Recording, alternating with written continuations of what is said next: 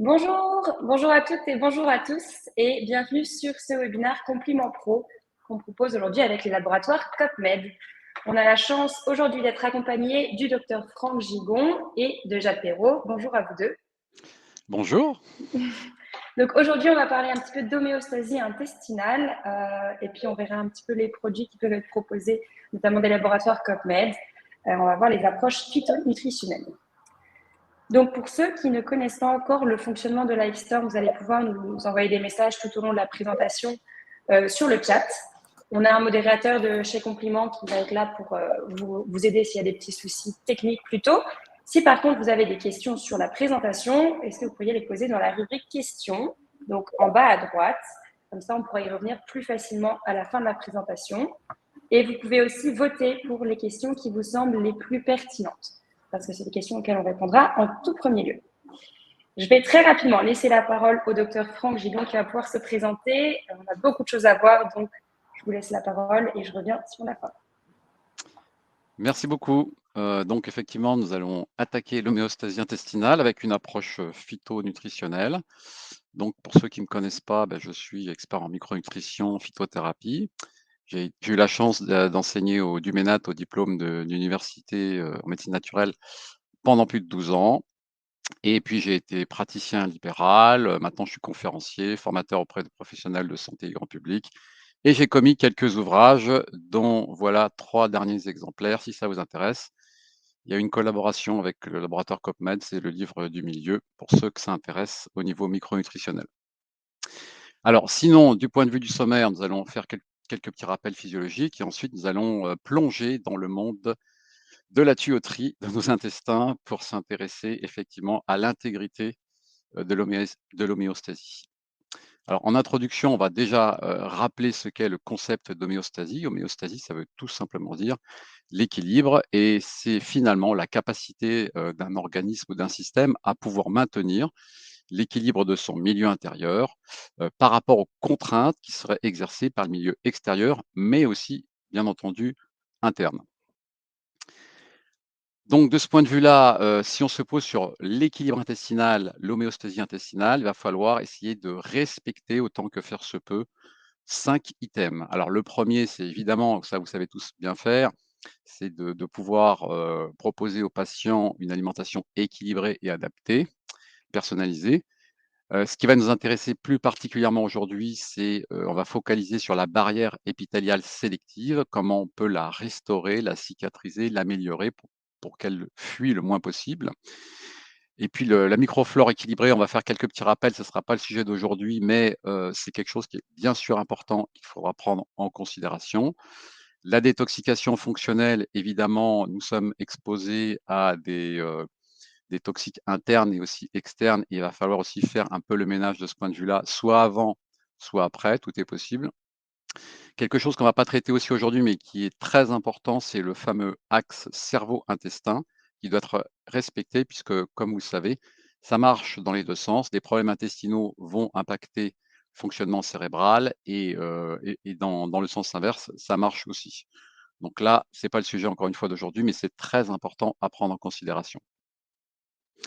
Alors si on résume l'histoire, vous avez l'homéostasie centrale qui dépend finalement de ces facteurs que je viens de citer. Et il faut que tout fonctionne bien pour qu'il y ait une harmonie au niveau du tube digestif. Donc à la fois la détox qui soit bien effectuée, une alimentation optimale, une barrière épithéliale sélective, c'est ce qui va nous intéresser particulièrement aujourd'hui. On va parler quand même un petit peu du GALT, c'est-à-dire du tissu immunitaire qui est associé au tube digestif, qui est très important.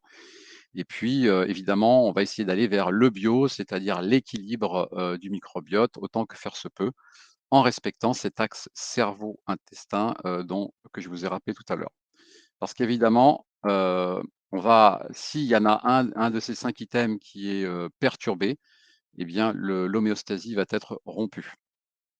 Donc là, c'est le schéma qui illustre cela, que ce soit, donc le psychisme, que ce soit des intoxications avec des polluants, que ce soit le déséquilibre, de la flore intestinale, que ce soit une hyperperméabilité intestinale qui s'installe ou évidemment une alimentation déséquilibrée ou la présence d'intolérances alimentaires, tout cela va concourir à déséquilibrer, donc à briser cette homéostasie intestinale. Quelques petits rappels, physiologiques. Donc vous avez, tout en haut, la belle cheminée bleue, la bouche puis l'œsophage qui permet donc d'aboutir dans un premier temps, dans l'estomac qui est l'endroit le plus acide du corps qui va permettre de démêler les pelotes de protéines. Entre autres, évidemment, au départ, il y avait l'amylase salivaire qui commence à faire un travail et puis si on descend, dans l'intestin grêle, nous allons avoir, l'absorption maximale, des micronutriments avec une digestion qui va réduire en petites unités, à la fois bien sûr les glucides, les protéines et les lipides.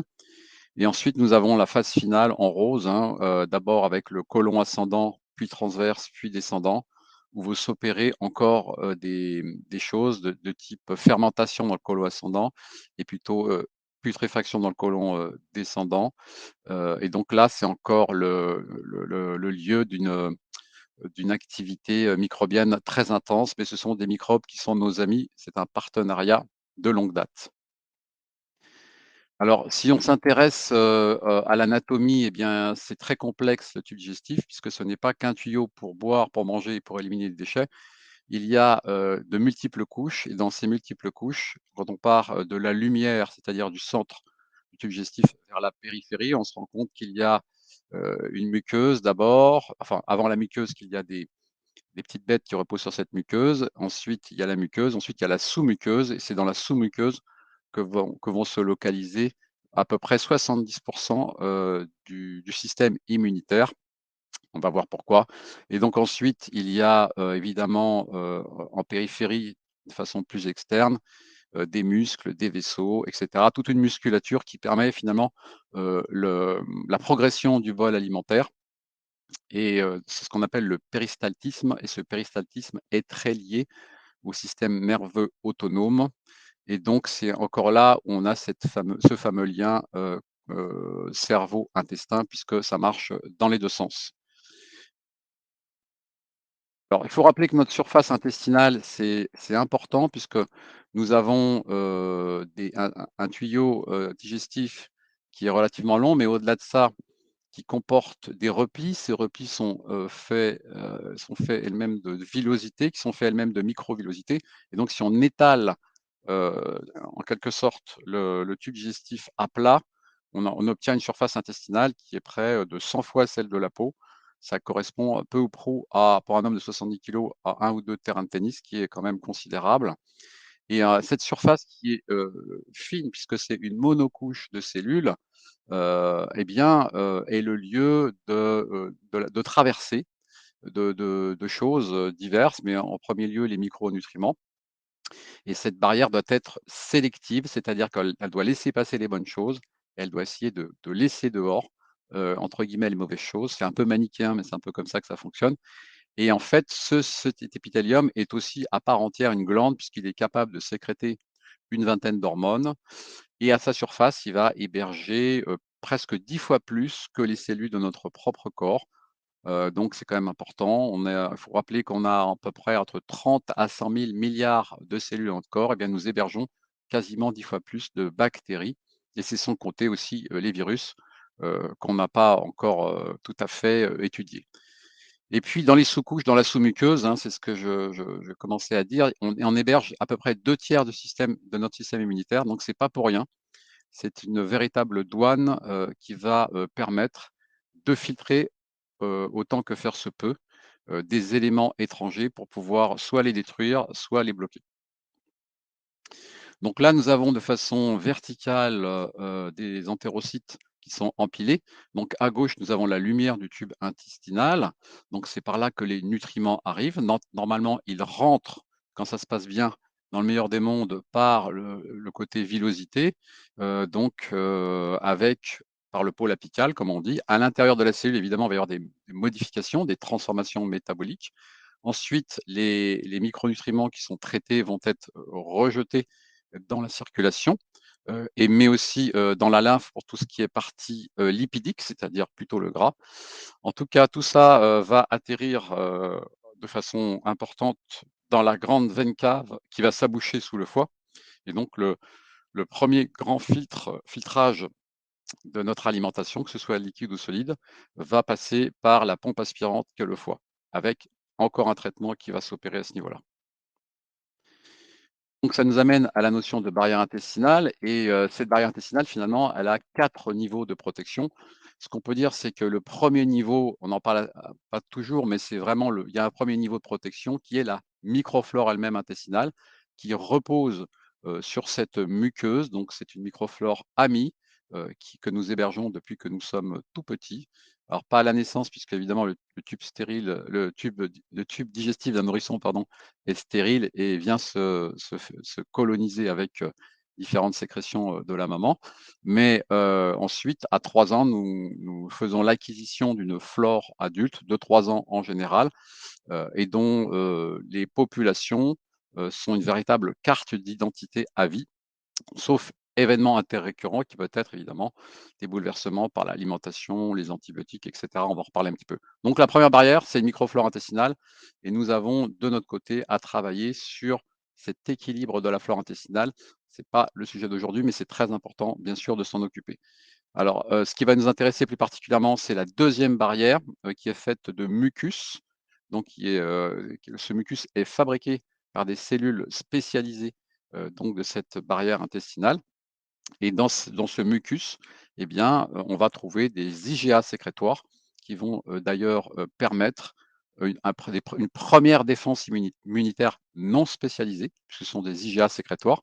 Je rappelle que les IgA sécrétoires, on les retrouve dans toutes les muqueuses, du corps humain et que donc c'est un premier niveau de défense naturelle, non spécialisée, qui est pas adapté forcément, enfin qui peut être adapté à certains étrangers parce qu'il y a quand même une bibliothèque, une mémoire cellulaire qui existe, qui préexiste et ensuite on peut faire avoir ce qu'on appelle une, 2e réaction immunitaire qui est adaptée.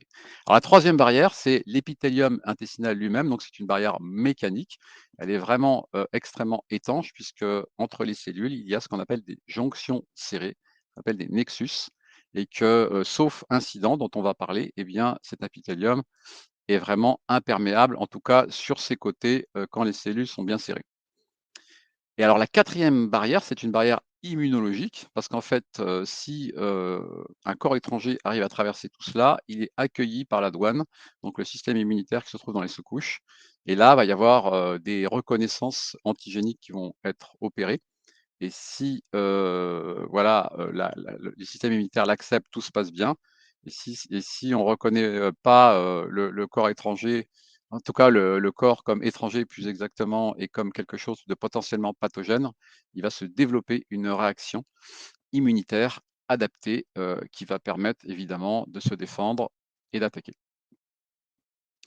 Alors, il faut rappeler juste que le microbiote intestinal, c'est pas anecdotique, il y a quand même près de 66 000 publications qui ont été donc mises en plan depuis 20 ans. On a confirmé enfin qu'il y a vraiment une symbiose entre ce microbiote et notre propre organisme. On ne pourrait pas tout simplement pas vivre, si ce microbiote, n'était pas là. Donc c'est une symbiose, hein, cette symbiose, c'est une association gagnant-gagnant qui est biologique, qui est durable et qui est réciproque entre 2 organismes vivants. Certaines personnes, certains spécialistes parlent même d'un super-organisme. On ne serait pas, on ne pourrait pas vivre sans ce microbiote. Donc, voilà, en tout cas, la science a progressé là-dessus et on a beaucoup de choses à confirmer. Donc on a à peu près, 1 013 sortes de bactéries, mais on a aussi, des virus, on a des phages aussi, on n'en parle pas assez souvent.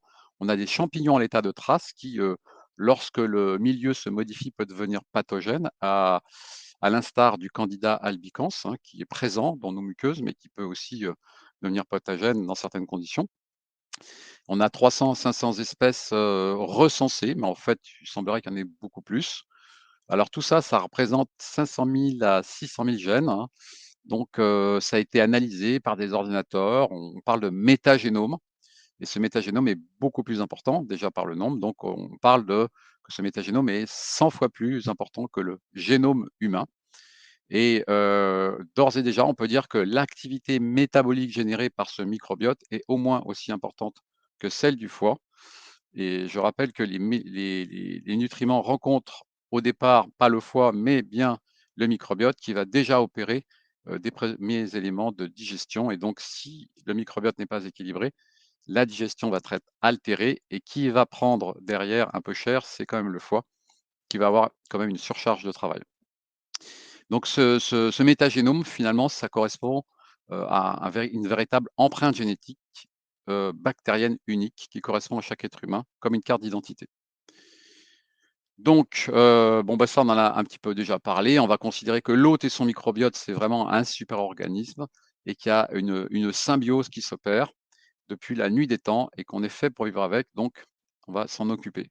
Alors ces bactéries, elles sont disposées de façon, il y a des souches différentes, des souches dominantes différentes, qui sont, donc mentionnées dans la petite colonne de droite de couleur. Donc on voit qu'en fonction de la localisation de la muqueuse où on est, la population, bactérienne va varier et c'est intéressant de savoir qu'on n'aura pas forcément les mêmes proportions au niveau de la bouche que par exemple au niveau, du côlon. Alors ensuite, il y a un gradient aussi intestinal, hein, c'est-à-dire que, bah, au niveau de la bouche, on n'a pas vraiment beaucoup de bactéries, puis plus on descend, plus on a. L'estomac est une exception puisque comme c'est un milieu extrêmement acide, bah, il va y avoir peu de bactéries qui survivent. Il y en a quand même, hein, le fameux Helicobacter pylori, surnage là-dedans avec aisance, mais ensuite, plus on descend et plus on va avoir donc une concentration de bactéries qui va augmenter. Donc le plus important étant évidemment dans le côlon. Alors, il faut considérer cet écosystème complexe, qui n'est pas fait que de bactéries entre parenthèses, mais aussi d'archébactéries, de virus et de champignons. Ça représente en poids sec, de 1 à 2 kilos par rapport à notre poids corporel, donc ça n'est pas rien. Donc il ne faudrait absolument pas maigrir de ce poids-là puisqu'on en a besoin cruellement et ça représente à peu près 10 puissance 14 micro-organismes, donc c'est vraiment important. Alors les 3 grandes familles, ce qu'on appelle des phyla, qui ont été, déterminées, c'est les Bacteroidetes et les Actinobacteria et les Firmicutes.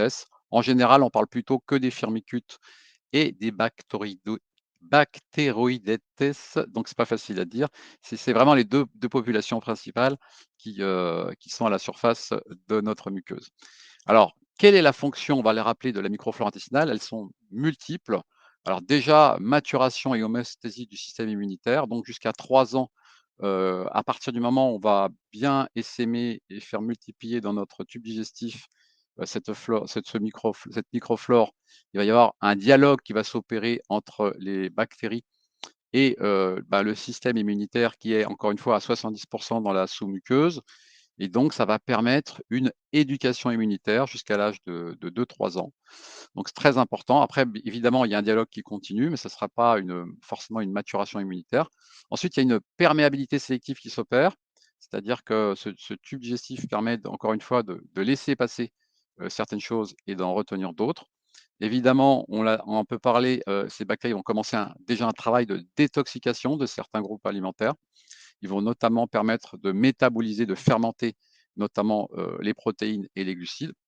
Et puis on va pouvoir quand même, digérer, grâce à ces bactéries, ben, de la cellulose. Nous, on n'a pas les enzymes pour le faire, hein, certains amidons, certains polysaccharides.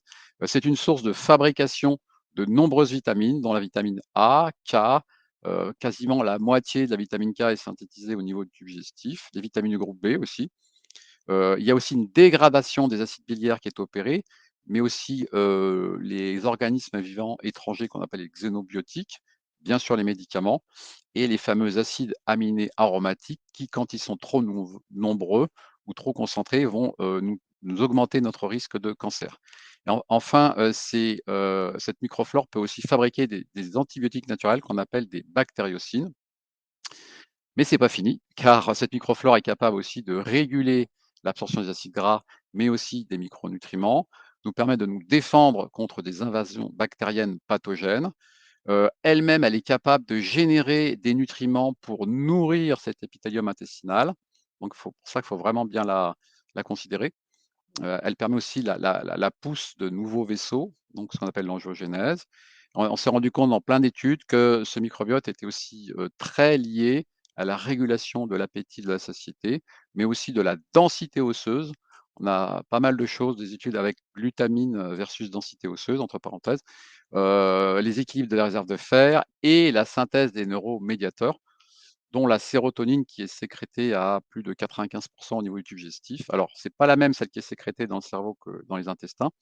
Il y a pas de passage, mais en tout cas, il y a bien des neurotransmetteurs qui sont sécrétés et donc qui servent bien à quelque chose, notamment de la signalisation, neurologique. Alors finalement, ce qu'il faut se dire, c'est que ce microbiote plus nous, bah, c'est un super organisme et que ce super organisme, il est médié vraiment beaucoup par le microbiote et aussi par la paroi intestinale et donc il va y avoir des impacts à la fois sur le tissu adipeux, le muscle squelettique, le foie bien évidemment, tout l'appareil cardiovasculaire, la teneur en lipides des tissus, bien sûr la bouche et le cerveau puisqu'il y a un axe cerveau-intestin dont j'ai parlé déjà tout à l'heure. Donc évidemment, si on s'expose à des antibiotiques, à certains stress, à une certaine, diète déséquilibrée, à certaines, fractions alimentaires, eh bien, on va modifier finalement la composition de notre tube digestif. Ça va aussi perturber, la paroi intestinale et donc on va avoir finalement, des, pathologies extra-digestives ou des symptômes extra-digestifs et ça, c'est quelque chose qu'on n'apprend pas forcément sur les bancs, de la fac de médecine. Alors en tout cas, ce microbiote et cet épithélium est capable aussi de fabriquer ce qu'on appelle des peptides antimicrobiens, ce qu'on appelle des PAM et donc ces défensines et ces permettent des régulations de la population microbienne. Alors à la fois les populations, endogènes, hein, mais aussi, pathogènes. Donc, la flore dominante, elle est capable de faire barrière aussi mécaniquement par le nombre, à l'implantation de multiplication de bactéries exogènes. Alors déjà par une compétition d'espace, c'est-à-dire qu'elles vont occuper, sur le mucus, des endroits que ne pour dont, sur lesquels ne pourront pas s'attacher les bactéries pathogènes, mais aussi il y a une compétition de substrat, c'est-à-dire si je mange ton manger, eh bien tu vas mourir de faim et par le nombre, ben, je vais te dominer et tu vas disparaître. Voilà.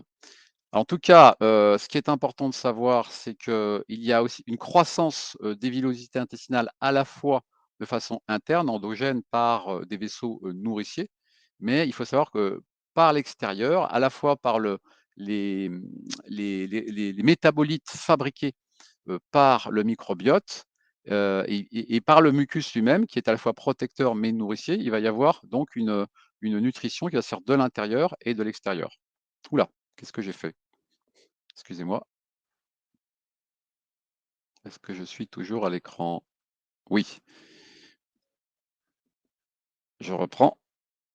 Alors, ce qui est intéressant de savoir, c'est que dans le côlon droit, le côlon, donc ascendant, c'est là que va s'opérer finalement, la fermentation et particulièrement, des glucides. Donc c'est là, que va se produire aussi la fabrication de façon importante de vitamine K. Il va y aussi avoir des hydrolyses, c'est-à-dire qu'il y a des enzymes qui vont, dégénérer, ben, des parois cellulaires, qui vont digérer de l'amidon et cetera. Et donc qu'est-ce que ça va produire? Ça va produire beaucoup d'acides gras à chaîne courte, comme le butyrate, l'acétate et le propionate, qui sont eux-mêmes, nourriciers, pour, les colonocytes, c'est-à-dire les cellules du côlon. Donc là, on voit que le butyrate, l'acétate et le propionate, ce sont les acides gras à chaîne courte les plus, fabriqués. Donc juste le butyrate, c'est 70 des ressources énergétiques des colonocytes, donc c'est énorme. Donc après, il y a plein d'actions, autres et intéressantes que peuvent fournir, ces acides gras à chaîne courte. Donc c'est pour ça qu'il faut vraiment préserver cette, microflore intestinale et si on se penche sur la descente, c'est-à-dire le côlon descendant, on va avoir plutôt ce qu'on appelle une flore de putréfaction qui va opérer, une hydrolyse, une désamination et une décarboxylation des protéines. Donc ensuite, bah, on va fabriquer de l'eau et du CO2 que l'on va rejeter à partir de là. Et puis finalement, dans le côlon, on va se fabriquer beaucoup d'amines, donc notamment de l'histamine, de la tyramine qui ont une activité vasoactive. Et d'ailleurs, quand on mange certains aliments qui sont trop chargés en histamine ou en tyramine, il peut y avoir des désordres intestinaux assez importants. Je pense au fromage, je pense à certains vins par exemple. Et puis certains végétaux aussi ont tendance à faire fabriquer plus de cadavérine et de putrécine. Et là, c'est toujours pareil, c'est une question de proportion. Quand il y en a trop, ça peut créer des désordres digestifs. Alors penchons-nous, un petit peu sur le mucus intestinal. Le mucus intestinal, c'est très important parce qu'à la fois ça hydrate l'épithélium intestinal, c'est une barrière physique, aux toxines et aux pathogènes et ça inhibe l'adhésion d'agresseurs potentiels, sur les cellules épithéliales. Et évidemment, c'est là-dessus que vont se greffer, notre flore amie et qui va s'en nourrir et bien sûr, ça va nourrir aussi, finalement un petit peu l'épithélium intestinal. Donc, faut savoir que le mucus est lui-même aussi influencé par la qualité de l'alimentation. Donc évidemment, tout ce qui est alcool, tabac et compagnie, ça va avoir un impact négatif, sur ce mucus et bien d'autres choses encore. Mucus intestinal, ce qui est important de comprendre, c'est qu'il sert d'ancrage et de substrat à la fois, donc pour ces bactéries commensales, c'est-à-dire amies, et principalement les bifidobactéries, hein, et c'est considéré aussi pour, comme de nombreux pathogènes comme le Candida albicans, comme un élément répulsif. En tout cas, ce mucus est très riche en alpha-1,2 fucose, qui est, un sucre polymérisé qu'on appelle des glycanes et ça va former du fucosilactose, pardon, grâce à une enzyme qui s'appelle FUT2 en résumé. Alors, il faut savoir qu'il y a à peu près 20 de la population qui ne produit pas de FUT2. Donc, chez les personnes concernées, on peut aussi fabriquer une enzyme inactive et donc ça va mener à un mucus incomplet. Alors, soit par une carence en fucose, soit par une carence en acides aminés et principalement, l'acide aminé L-fréonine et L-sérine. Alors ça, si jamais le mucus ne joue pas son rôle, qu'est-ce que ça peut faire?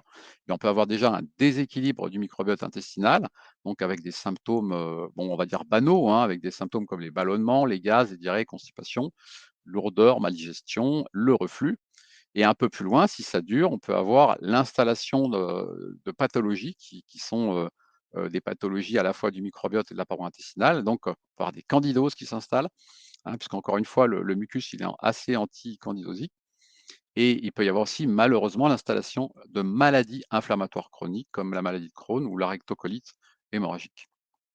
Alors rappelons que la surface d'échange est très grande, que finalement un tuyau, ça met, quelques jours à se régénérer. Il y a un turnover extrêmement rapide, 48 heures à 6 jours. Alors les entérocytes, ça sert à l'absorption, les cellules mucus à fabriquer du mucus, donc de la protection. Les cellules de Paneth et endocrines, ça sert à fabriquer des peptides qui sont des peptides antimicrobiens, par exemple. Et les cellules M, elles font partie des cellules immunocompétentes, c'est-à-dire qu'elles sont capables de présenter des antigènes bactériens virales, et c'est elles qui permettent le dialogue finalement entre la flore intestinale et, et le système immunitaire dans les couches.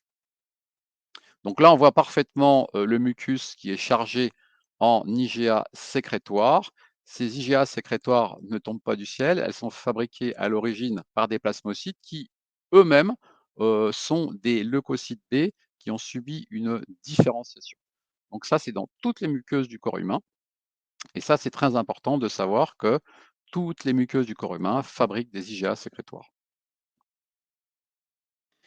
Alors, on vous a parlé tout à l'heure de la perméabilité intestinale. Normalement, à gauche, dans le meilleur des mondes, quand ça se passe bien, les jonctions sont serrées, ça ne laisse passer rien du tout, ou très peu en tout cas. Ça peut être perméable à du mannitol et du lactulose, hein, c'est du 7 angstrom ou du 9 angstrom.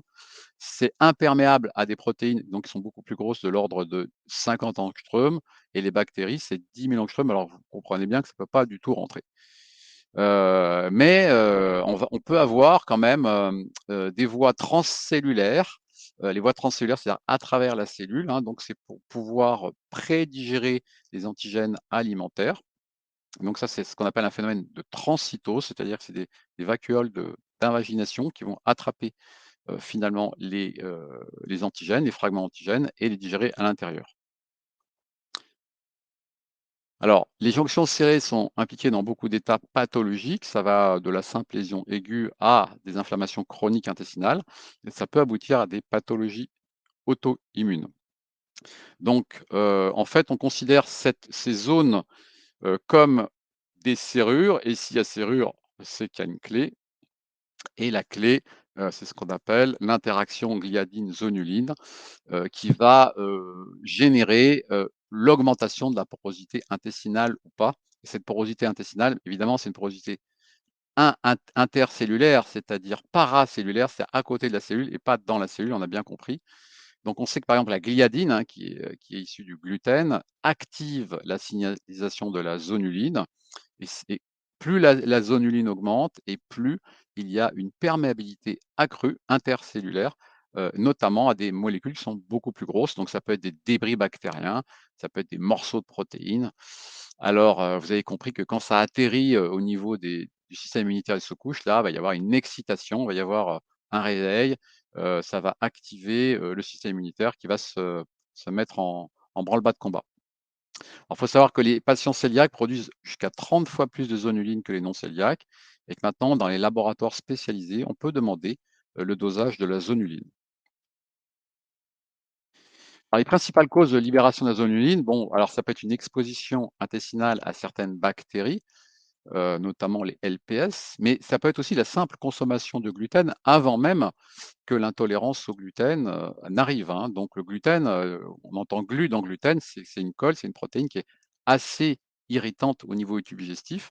Pour ça, moi, je dis souvent à mes patients: «Beh, faites une cure sans gluten de temps en temps, même si vous n'êtes pas intolérant au gluten, ça va vous faire du bien». Parce que ça va éviter, chez certaines personnes, cette inflammation chronique qui s'installe à bas bruit. Donc évidemment, il y a des infections intestinales aussi qui peuvent créer des libérations de zonuline.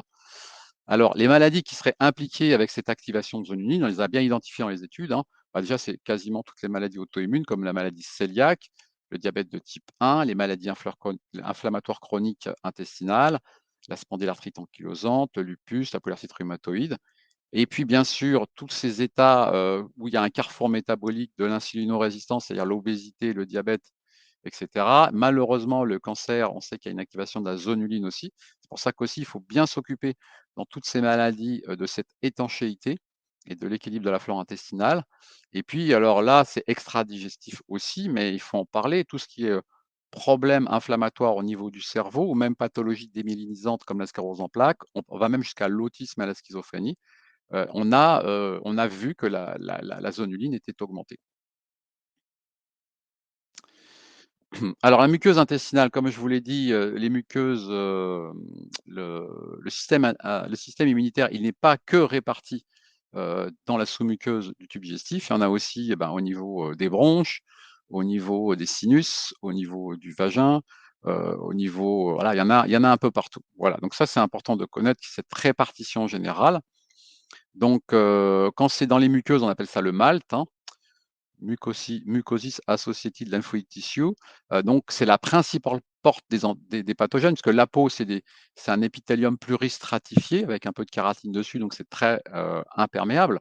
Mais la muqueuse, c'est une monocouche de cellules qui est plus ou moins, compensée, par une couche de mucus, mais c'est pas toujours le cas.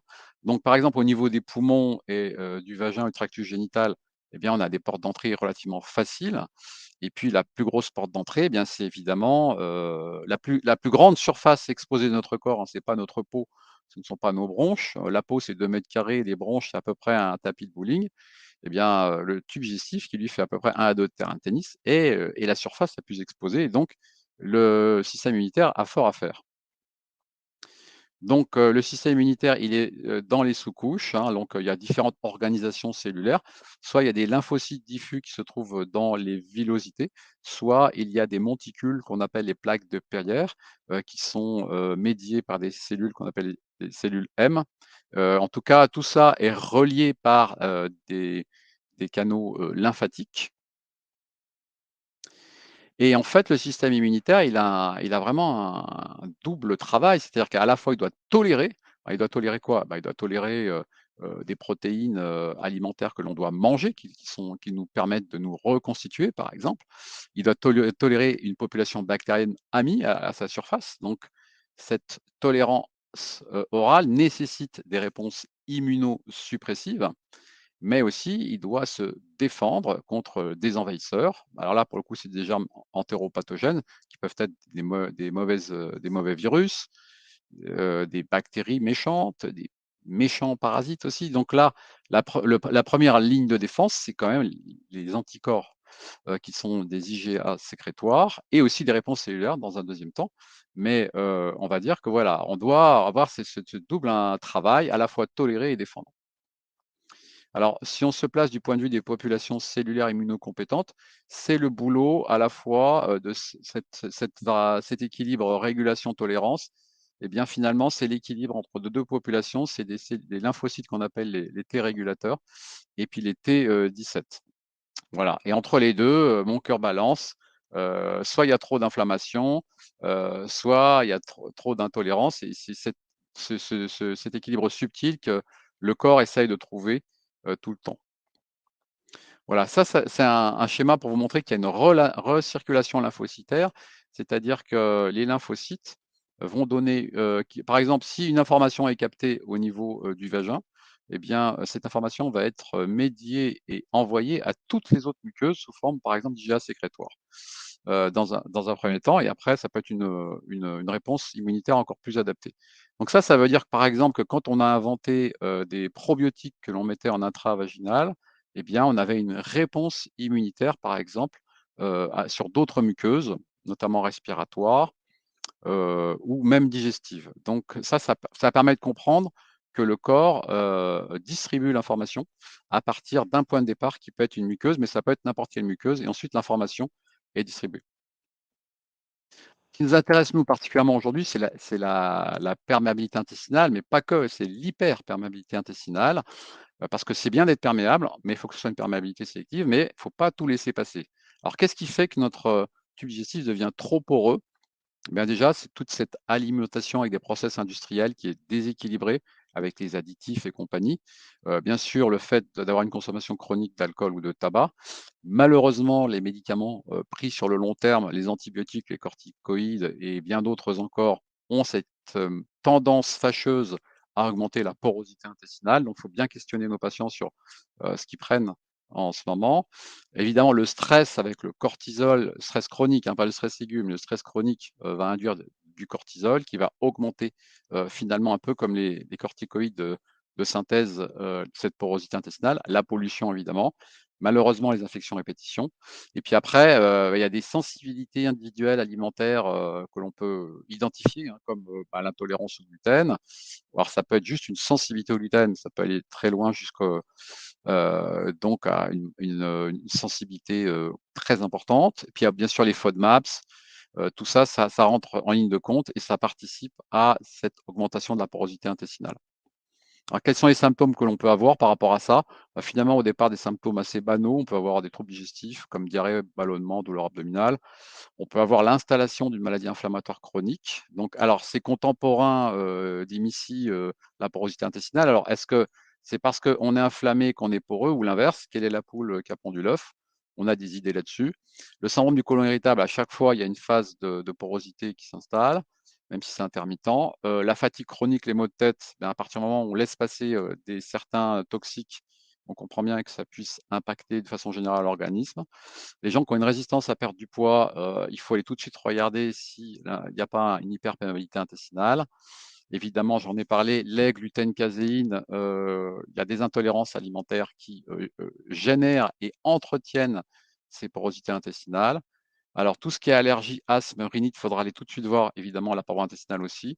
Tout ce qui est problème de peau aussi, puisque le tube digestif est un émonctoire et quand l'émonctoire ne marche pas bien, ça va se répercuter au niveau des surfaces cutanées.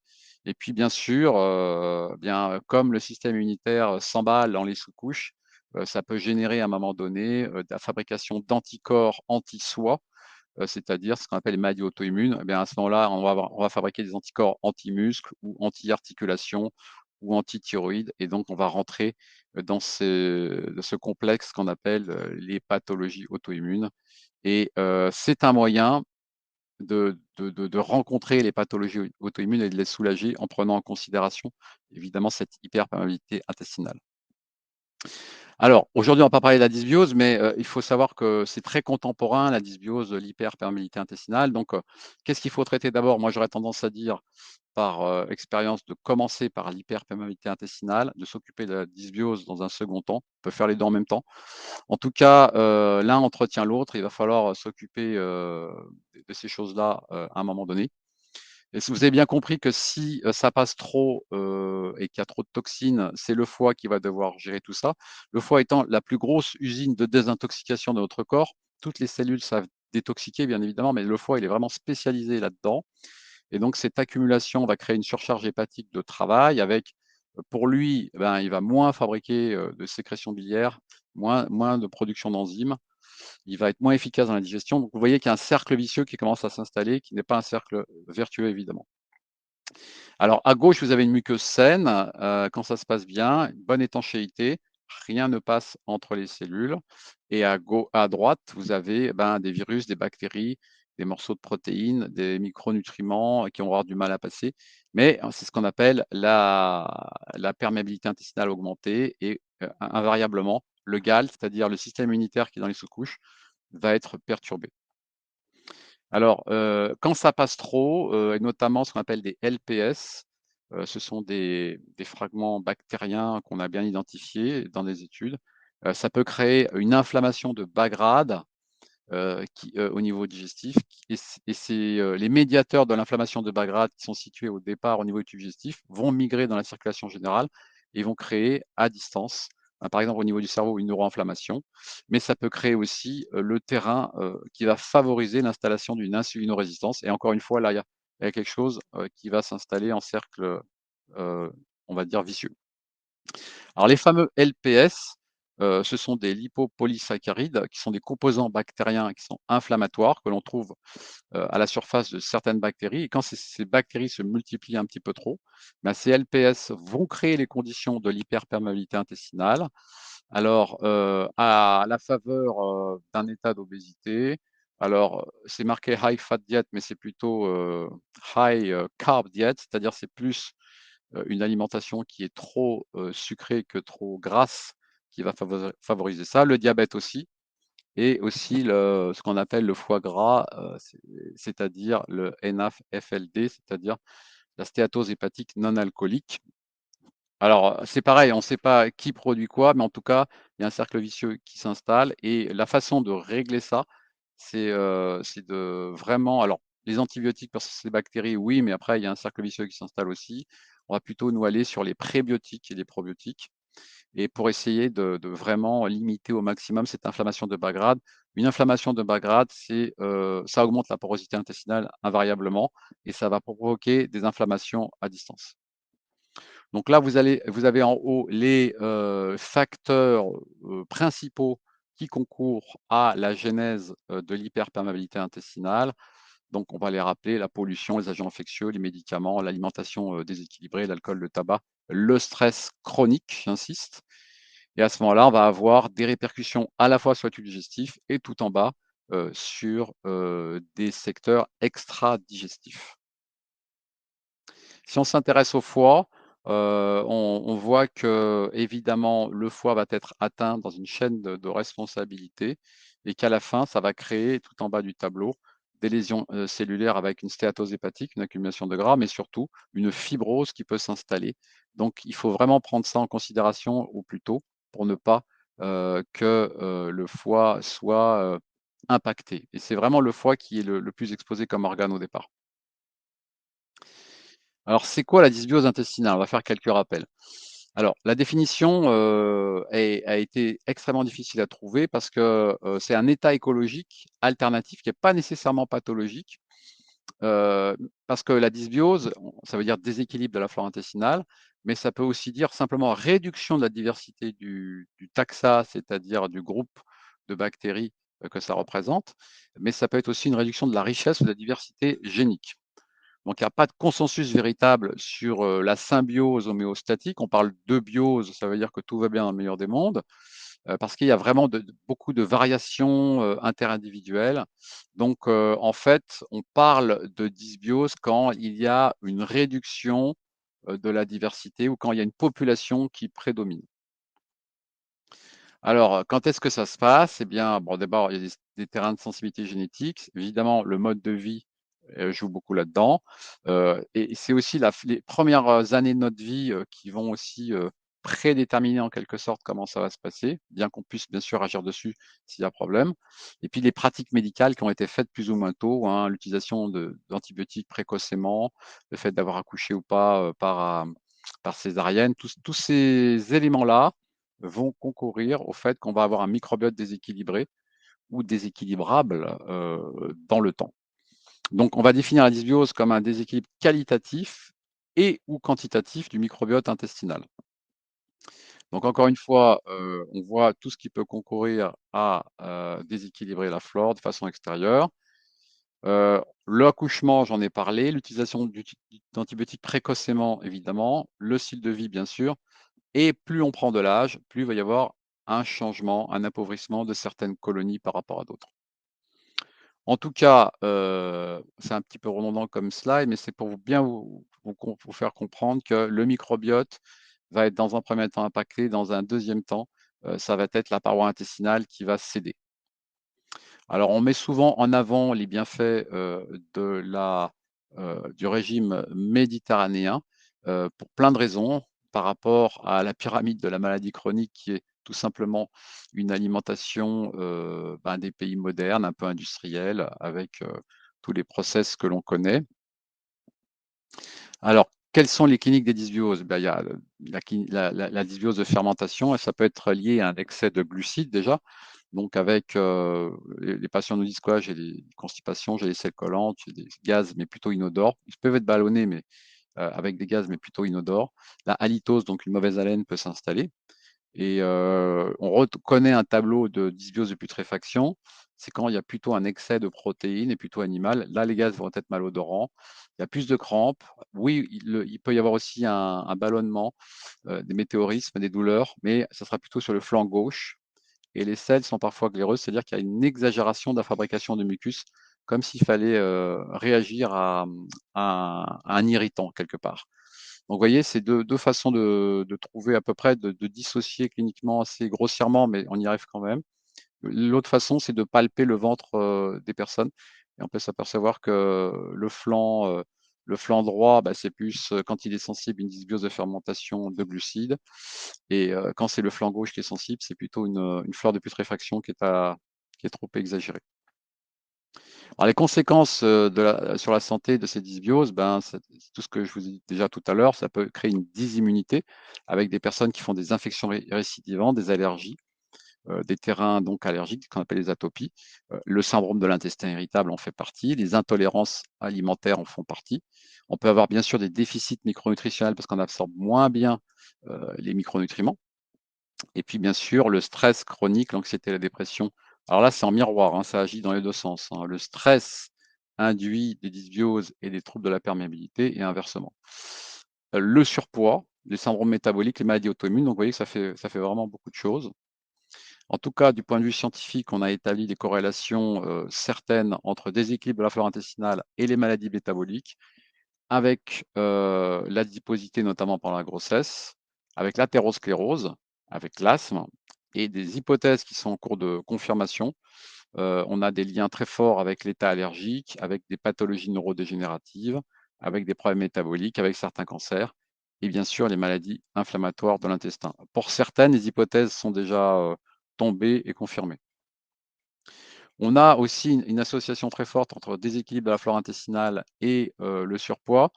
Donc ça, on a montré très, très facilement chez des souris et ensuite chez des hommes que le microbiote était vraiment associé à la capacité d'emmagasiner du gras ou pas.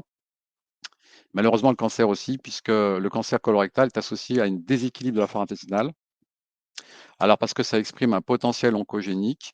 Alors ça, on a vérifié les populations, on a une perte des espèces bactériennes qui sont anti-inflammatoires et on a une augmentation des espèces pro-inflammatoires. D'ailleurs, on voit aussi ce profil-là dans les maladies inflammatoires chroniques de l'intestin, que ce soit le Crohn ou la rectocolite hémorragique.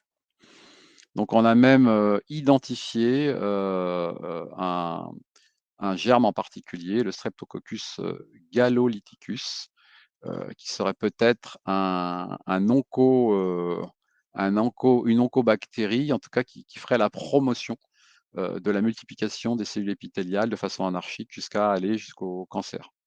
Donc ça a été vérifié du point de vue scientifique également. Donc c'est ce que je vous disais, hein, dans le rectocolite hémorragique et la maladie de Crohn, on a une perte de certaines bactéries immunorégulatrices, on a une émergence de bactéries plus agressives. Donc, pour la rectocolite hémorragique, maintenant les gastro-entérologues connaissent bien le Faecalibacterium prausnitzii. Et pour la maladie de Crohn, on a des protéobactéries qui sont maintenant qui semblent impliquées. Voilà, donc ça avance de ce côté-là. Donc pour les maladies inflammatoires chroniques du tube digestif, nous, on peut jouer évidemment sur les facteurs on ne peut pas jouer sur la génétique, mais on peut jouer sur la nutrition, on peut parler de l'environnement avec nos patients, on peut essayer de diminuer leur stress, on peut essayer de moduler la cigarette, on peut réduire la consommation d'antibiotiques. En tout cas, les facteurs alimentaires et déclencheurs, on peut en parler. On peut aller jusqu'à, bien sûr, prendre en charge la dysfonction épithéliale, l'hyperperméabilité, et puis on peut aussi prendre en charge l'inflammation digestive de bas grade, puisque ça va ensemble. Ce qu'on a remarqué, c'est que dans les pathologies inflammatoires chroniques des intestins, on avait des facteurs protecteurs, notamment les fibres alimentaires, les fruits, les légumes et l'allaitement maternel, les facteurs de risque, les gras saturés, les gras polyinsaturés, notamment les oméga 6, la viande et les sucres raffinés. Alors, ce qu'il faut retenir là-dedans, c'est surtout oméga 6 et sucres raffinés, puisque maintenant, il y a des études qui tombent qui montrent que la graisse saturée et la viande ne seraient pas aussi délétères que cela. Donc, il y a des études qui relativisent cette approche. On se rend compte que il y a beaucoup plus de la population du phylum Bacteroidetes dans les maladies inflammatoires chroniques, que ce soit en rémission ou en poussée. Donc, il y a bien un déséquilibre observé des populations bactériennes. Et bien sûr, ont été tentées différentes approches nutritionnelles, hein, que ce soit des diètes végétariennes riches en fibres, basses en FODMAP, sans gluten, etc. Tout ça, ça marche peu ou prou assez bien. Il faut les personnaliser, bien évidemment. Ce qu'il y a de sûr, c'est que la greffe fécale est efficace par voie haute et voie basse dans les maladies inflammatoires chroniques de l'intestin à 95%. Et je pense que c'est quelque chose qui n'est pas assez diffusé. Alors évidemment, en France, tous les services de gastro-entéraux ne le font pas.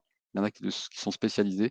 Il faut les trouver pour nos patients parce que quand vous avez quelque chose qui peut être efficace à 95%, bah, ça ne court pas la rue et il faut vraiment en parler à nos patients.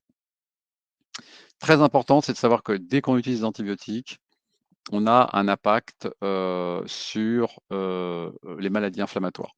Donc, le risque de maladie inflammatoire digestive est lié au nombre de cures d'antibiotiques. Ça a été publié dès 2011. Et les gens qui ont eu des infections à répétition et qui ont pris des antibiotiques ont un fort risque, en tout cas un risque supplémentaire ou augmenté, de passer sur ce versant inflammatoire au niveau des intestins.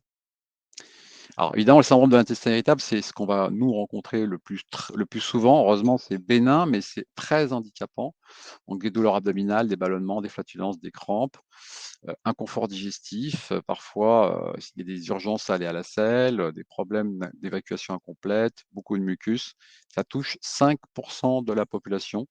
Oui, c'est pas grave, mais par rapport au fait que ça impacte la vie des gens, ça altère leur qualité de vie et donc va falloir s'en occuper. Donc c'est plutôt entre 30 et 40 ans, mais ça peut aussi se manifester un peu plus tôt chez les enfants et les adolescents. Et les femmes sont 2 fois plus touchées par le phénomène que les hommes. Alors les facteurs qui sont communs, on retrouve souvent des modes de vie, des facteurs environnementaux, on retrouve encore une fois des facteurs nutritionnels, des déséquilibres fonctionnels. Et regardez ce que j'ai encadré en rouge, on voit qu'il y a la dysbiose et l'intestin perméable, hyper perméable, qui concourent à ça. Alors évidemment, après, on peut regarder s'il y a des hypersensibilités à certains ingrédients alimentaires, si le gluten est en jeu. Évidemment, tout ça, il faut le regarder avec des questionnaires et des examens un peu spécialisés, mais d'ores et déjà, il faut au moins qu'on s'occupe de la perméabilité intestinale et de la dysbiose. Alors concernant la candidose, on sait que la candidose chronique, c'est quelque chose qui s'installe à la faveur d'une grossesse, d'un stress chronique, d'une alimentation trop sucrée. Hein, les champignons adorent manger du sucre. Et bien sûr, les antibiotiques, les corticoïdes, les contraceptifs oraux et malheureusement les chimiothérapies induisent une dysbiose par fermentation excessive qui va favoriser la sortie, la prolifération du candida pathogène jusqu'à la candidose chronique. Bon, il y a des petits questionnaires qui nous permettent aussi d'affiner pour savoir si dans la dysbiose par fermentation, on a plus tendance à une candidose digestive. Et là, va falloir aussi adapter le traitement parce qu'on a des choses naturelles à donner par rapport à des candidats qui s'installeraient au niveau digestif. Donc, il faut s'intéresser au minimum, il faut avoir la puce à l'oreille quand les personnes sont sensibles à des sucres un peu spécifiques qui sont peu digestes. Alors ces sucres, ça peut être des fructanes, des galacto-oligosaccharides, ça peut être des disaccharides que l'on trouve dans le lactose, donc dans les produits laitiers. Ça peut être le fructose que l'on trouve dans certains fruits et dans certains agents sucrants industriels. Et puis les polyols. Donc les polyols, c'est le sorbitol, le mannitol, le maltitol, le xylitol, le polydextrose et l'isomalte. Donc ça se trouve vraiment dans des confiseries, on arrive assez bien à les identifier. En tout cas, ces hydrates de carbone à chaîne courte, comme on les appelle, provoquent des symptômes qui sont vraiment identiques au syndrome du côlon, de l'intestin irritable. Alors, il n'y a pas de test spécifique, mais on peut, avec des tests de respiration, identifier les glucides à chaîne courte individuels comme le lactose, le fructose, le fructane et le sorbitol. En tout cas, dès qu'on préconise une réduction stricte de ces glucides fermentescibles, qu'on appelle à chaîne courte, pendant au moins 4 à 6 semaines, eh bien, on a des retours intéressants de 70 à 80 de réponse. Donc, c'est quand même intéressant de creuser sur une dysbiose de fermentation, savoir si on n'est pas sur du FODMAP pour affiner encore plus le diagnostic. Alors le gluten, hein, c'est le seigle, c'est l'avoine, c'est le blé l'orge, il manque l'avoine ici. Mais en tout cas, le gluten contient de la gliadine. Cette gliadine, ce sont des peptides, vont créer des peptides résistants à la dégradation par les enzymes digestives. Et ces enzymes vont rester dans la lumière du tube digestif et vont avoir une interaction avec le système immunitaire. Et donc, c'est pour ça qu'on a des associations très fortes entre déjà inflammation de bas grade et gluten, mais aussi avec des pathologies dites auto-immunes. Alors, dans le blé qui est entier, il y a ce qu'on appelle du wheat germ agglutinine, WGA, qui est une lectine, et comme toutes les lectines, lectine, c'est agressif au tube digestif. Alors, il faut savoir que dans le pain blanc avec gluten, alors le pain blanc, il y a du gluten, mais il n'y a pas de WGA. Vous allez me dire, c'est mieux le pain blanc. Pas tout à fait. Alors parce que le VGA, c'est quand même intéressant, c'est une source de vitamines, de magnésium, et cetera. C'est un lest, au niveau du son, et puis ça prévient les diverticules coliques, ça favorise l'apoptose des cellules cancéreuses, mais la contrepartie, parce qu'il y en a beaucoup, hein, c'est que ces lectines, c'est des choses qui sont agressives. Alors déjà, si le son est non bio, il faut savoir que quand le son est non bio, il va absorber les pesticides et les fongicides, qui sont des perturbateurs endocriniens et des cancérogènes probables. Ce WGA se fixe à des récepteurs à l'insuline et favorise la résistance à l'insuline, il favorise la tendance au stockage des graisses. Il a malheureusement une action sur le cerveau en donnant des pulsions alimentaires. Il accélère la dégénérescence neuronale. Il augmente, c'est ce qui nous intéresse plus particulièrement aujourd'hui, le son, hein, augmente la perméabilité intestinale, le leaky gut syndrome. Il a une action immunogène, donc ça va tendance à exciter le système inflammatoire et en plus, il est hétérogène. Donc, il faut vraiment se poser la question du son de blé, hein, parce qu'on dit que le son de blé, c'est des fibres, c'est intéressant. Oui, mais voilà, chez certaines personnes, il va falloir faire attention. En tout cas, les produits fermentés, le prix Nobel de médecine, il y a plus de 100 ans, disait déjà, par intuition, que les aliments fermentés augmentaient la durée de vie et les études ont montré que le microbiote des super centenaires, c'est-à-dire 110 ans et plus, est similaire à celui de trentenaires en bonne santé et de sportifs. Alors, qu'est-ce qu'on a comme aliments fermentés naturels? On a le kéfir, le lait ribot, la crème hèbre, le kombucha, bien sûr les fruits fermentés, les légumes fermentés. Euh, ce qu'on connaît le plus, c'est la choucroute, par exemple. Et bien sûr, il va falloir s'intéresser aux ingrédients naturels qui permettent de cicatriser et de favoriser cette intégrité de la barrière intestinale pour diminuer cette hyperperméabilité intestinale. Donc, en premier lieu, la glutamine, mais bien sûr, on a la fibre d'acacia. On va s'arrêter un instant sur le fucosilactose, la thréonine et la sérine. Le gamma-oryzanol, parfait. La curcumine, la boswellia, c'est connu, ce sont des principes végétaux anti-inflammatoires. Les anthocyanines et les flavonoïdes sont des polyphénols qui ont une action à la fois anti-inflammatoire et très intéressante sur le tube digestif. La quercétine également. Le glutathion et la NAC qui est son précurseur également. L'aloe vera, c'est très connu. Polyphénol de raisin, myrtille, mélisse, enzymes digestives, chlorophylle, spiruline, vitamine CA du groupe B et magnésium zinc. En général, ça fait partie d'associations. On peut associer quelques-uns ou la majorité pour pouvoir concourir à une bonne perméabilité intestinale. Donc, si on s'arrête sur la fibre d'acacia, ben déjà, elle a une bonne digestibilité, elle n'induit pas d'effets gastro-intestinaux indésirables, elle stimule la croissance des bactéries, elle favorise la restauration des jonctions serrées, donc ça nous intéresse particulièrement. Cerise sur le gâteau, si je puis dire, elle améliore la production du butyrate et du propionate qui vont eux-mêmes, comme on l'a rappelé tout à l'heure, nourrir les colonocytes. Alors la glutamine, plein d'études sur la glutamine, hein, c'est un acide aminique qui joue un rôle dans la protection immunitaire et le maintien de l'intégrité de la paroi intestinale. La glutamine nourrit les entérocytes et les cellules du système immunitaire qu'il y a dans les sous-couches, stimule la synthèse de protéines, précurseur de l'ADN, précurseur de glutathion, précurseur d'arginine. Que demande le peuple? Elle diminue l'hyperperméabilité intestinale. La seule réserve qu'il faut avoir avec la L-glutamine à dose importante, c'est-à-dire sur au-delà de 5-10 grammes, c'est quand on est sur un cancer évolutif, puisqu'on s'est rendu compte dans les études que la glutamine nourrissait les cellules cancéreuses. Donc, à faire attention, juste c'est la réserve qu'il faut avoir dessus. La boswellia, donc c'est un actif qui est utilisé comme agent anti-inflammatoire, puisque ça agit sur la voie des leucotriènes, notamment par les AGBA. Donc, ça, c'est très connu. La boswellia, c'est très bien toléré en plus, hein. Il n'y a pas les effets par exemple de l'arpagophytum ou d'autres anti-inflammatoires de synthèse. Curcuma, c'est très intéressant aussi, certes peu biodisponible, faible biodisponibilité de la curcumine, mais elle a des effets protecteurs sur la muqueuse gastrique et en plus, elle peut inhiber l'Helicobacter pylori de l'estomac.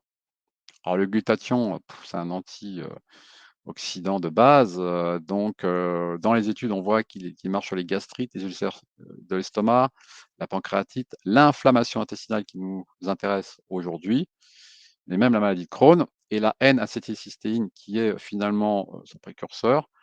Donc ça stimule la synthèse du glutathion, on a bien compris, et ça permet aussi de limiter les dommages mitochondriaux et aussi qui permettent d'équilibrer les dysfonctionnements au niveau des tissus, dont ceux de l'intestin. Alors, le fucosilactose, qu'on appelle le 2-FL, c'est un petit sucre, un oligosaccharide, qui est produit habituellement par fermentation naturelle. On le retrouve dans le lait maternel. Il favorise une réponse immunitaire positive et surtout, il est capable d'influencer une production d'un mucus de qualité. Il permet de diversifier le microbiote intestinal au niveau de ces populations. Donc, il est indispensable à la fois à l'ancrage et à l'alimentation des bonnes bactéries du microbiote. Et c'est un rempart, puisqu'il aide à fabriquer un mucus de qualité, c'est un rempart aux bactéries pathogènes. Donc, ce que je vous disais, c'est que le fucosilactose, pardon, est le sucre le plus abondant, enfin l'oligosaccharide le plus abondant dans le lait maternel.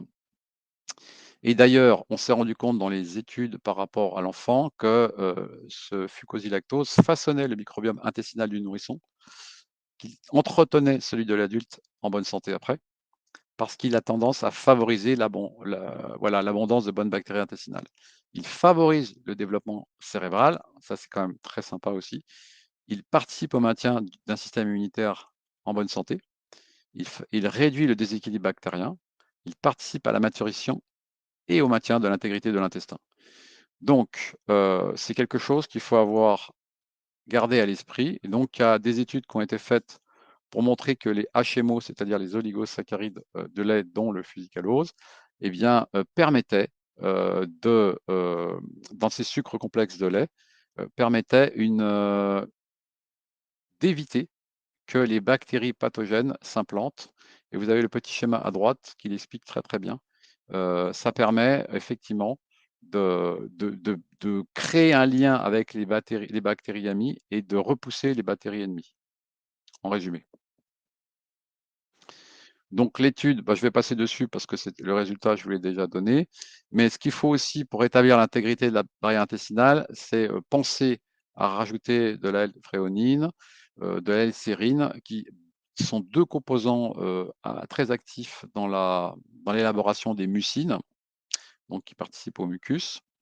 Et en plus, en association avec fucosilactose, on a une efficacité d'action optimale.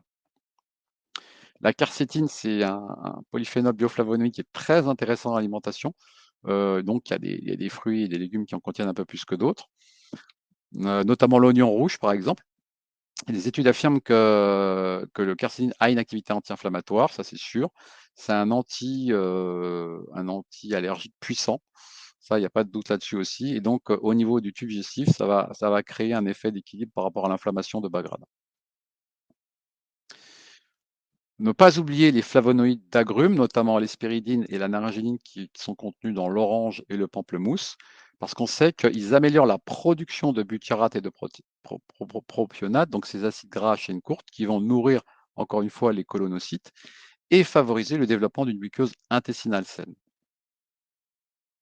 Alors, ça aussi, c'est assez connu pour rétablir l'intégrité de la barrière intestinale. Il y a le gamma-oryzanol, qui est un composant naturel du son du riz. Donc, tout n'est pas mauvais dans le son finalement, notamment le son du riz. Et on a des études qui montrent que c'est très intéressant pour rétablir l'intégrité de la muqueuse intestinale. La L-méthionine, elle agit en synergie avec la L-glutamine. Et le marc de raisin, c'est un puissant antioxydant qui a des effets donc anti-inflammatoires localement sur la muqueuse intestinale. L'argile verte, on ne la présente plus, elle tamponne les excès d'acidité, elle est détoxifiante, absorbante, cicatrisante et reminéralisante.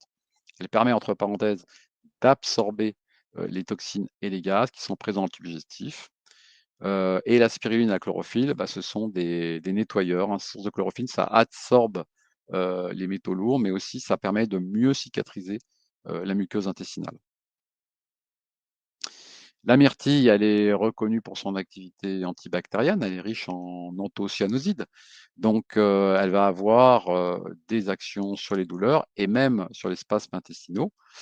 Mais celle qui marche le mieux sur les spasmes intestinaux, c'est la mélisse, qui a d'ailleurs été reconnue par la commission ELESCOP et l'OMS par voie interne. Et donc, elle permet de réduire ces états douloureux de spasmes intestinaux qui accompagnent souvent les inflammations chroniques de l'intestin. Les enzymes digestives sont intéressantes à rajouter puisqu'elles permettent d'augmenter l'absorption et la digestion, notamment des protéines et aussi de certains sucres. Donc, les gens qui sont dans une phase inflammatoire ou douloureuse, c'est bien de suppléer avec des enzymes digestives parce que sinon ils n'y arrivent pas et ça apporte vraiment un confort important.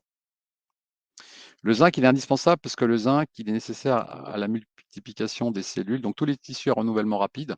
Donc, je rappelle qu'il y a la peau, les tissus du hématopoïétique, donc globules rouges et compagnie, et bien sûr, les cellules du tube digestif se renouvellent très rapidement, donc il faut du zinc. Alors, l'avantage du zinc, c'est qu'il participe à la tolérance immunitaire intestinale, il est anti-inflammatoire, antioxydant. Alors, il ne faut pas qu'il y en ait trop, hein. Faut veiller à ne pas non plus apporter trop de zinc. En tout cas, il est important. Il protège l'hyperperméabilité intestinale et il est synergique avec la glutamine. Alors, la forme la plus intéressante, c'est le citrate de zinc, puisqu'il a une polarité biocompatible avec celle de l'intestin grêle, et donc ça le rend plus assimilable à ce niveau-là.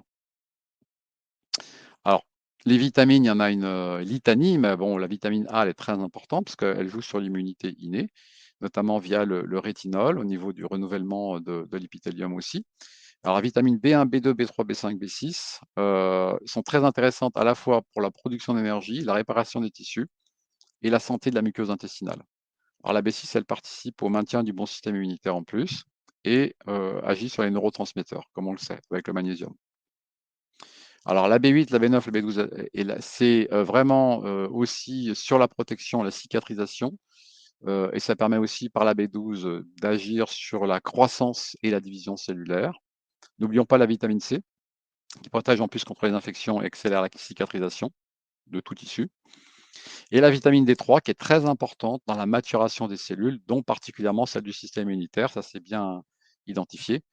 Et la vitamine E, qui évite les feux de brousse au niveau des membranes cellulaires, puisqu'elle est liposoluble, mais aussi elle est donc antioxydante et bien sûr anti-inflammatoire à ce niveau-là.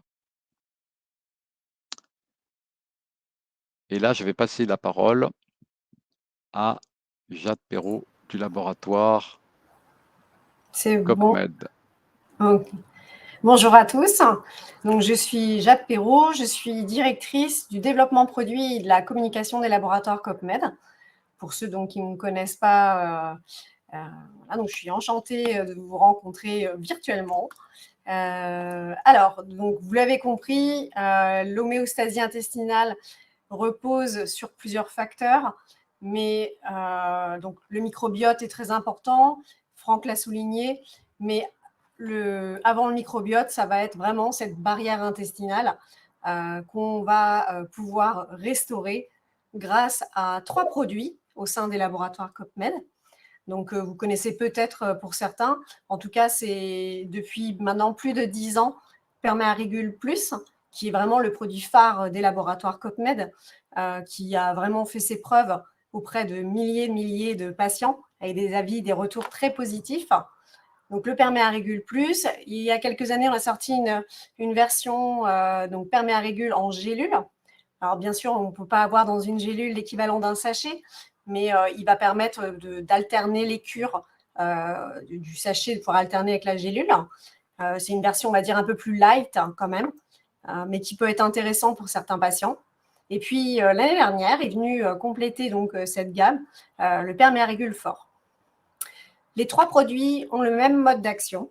On va vraiment travailler sur 7 axes. Donc, le premier, ça va être de traiter l'inflammation, puisque comme vous l'aurez compris, on a beaucoup parlé, Franck a parlé d'inflammation de bas grade, d'inflammation intestinale. Donc, vraiment de traiter cette inflammation.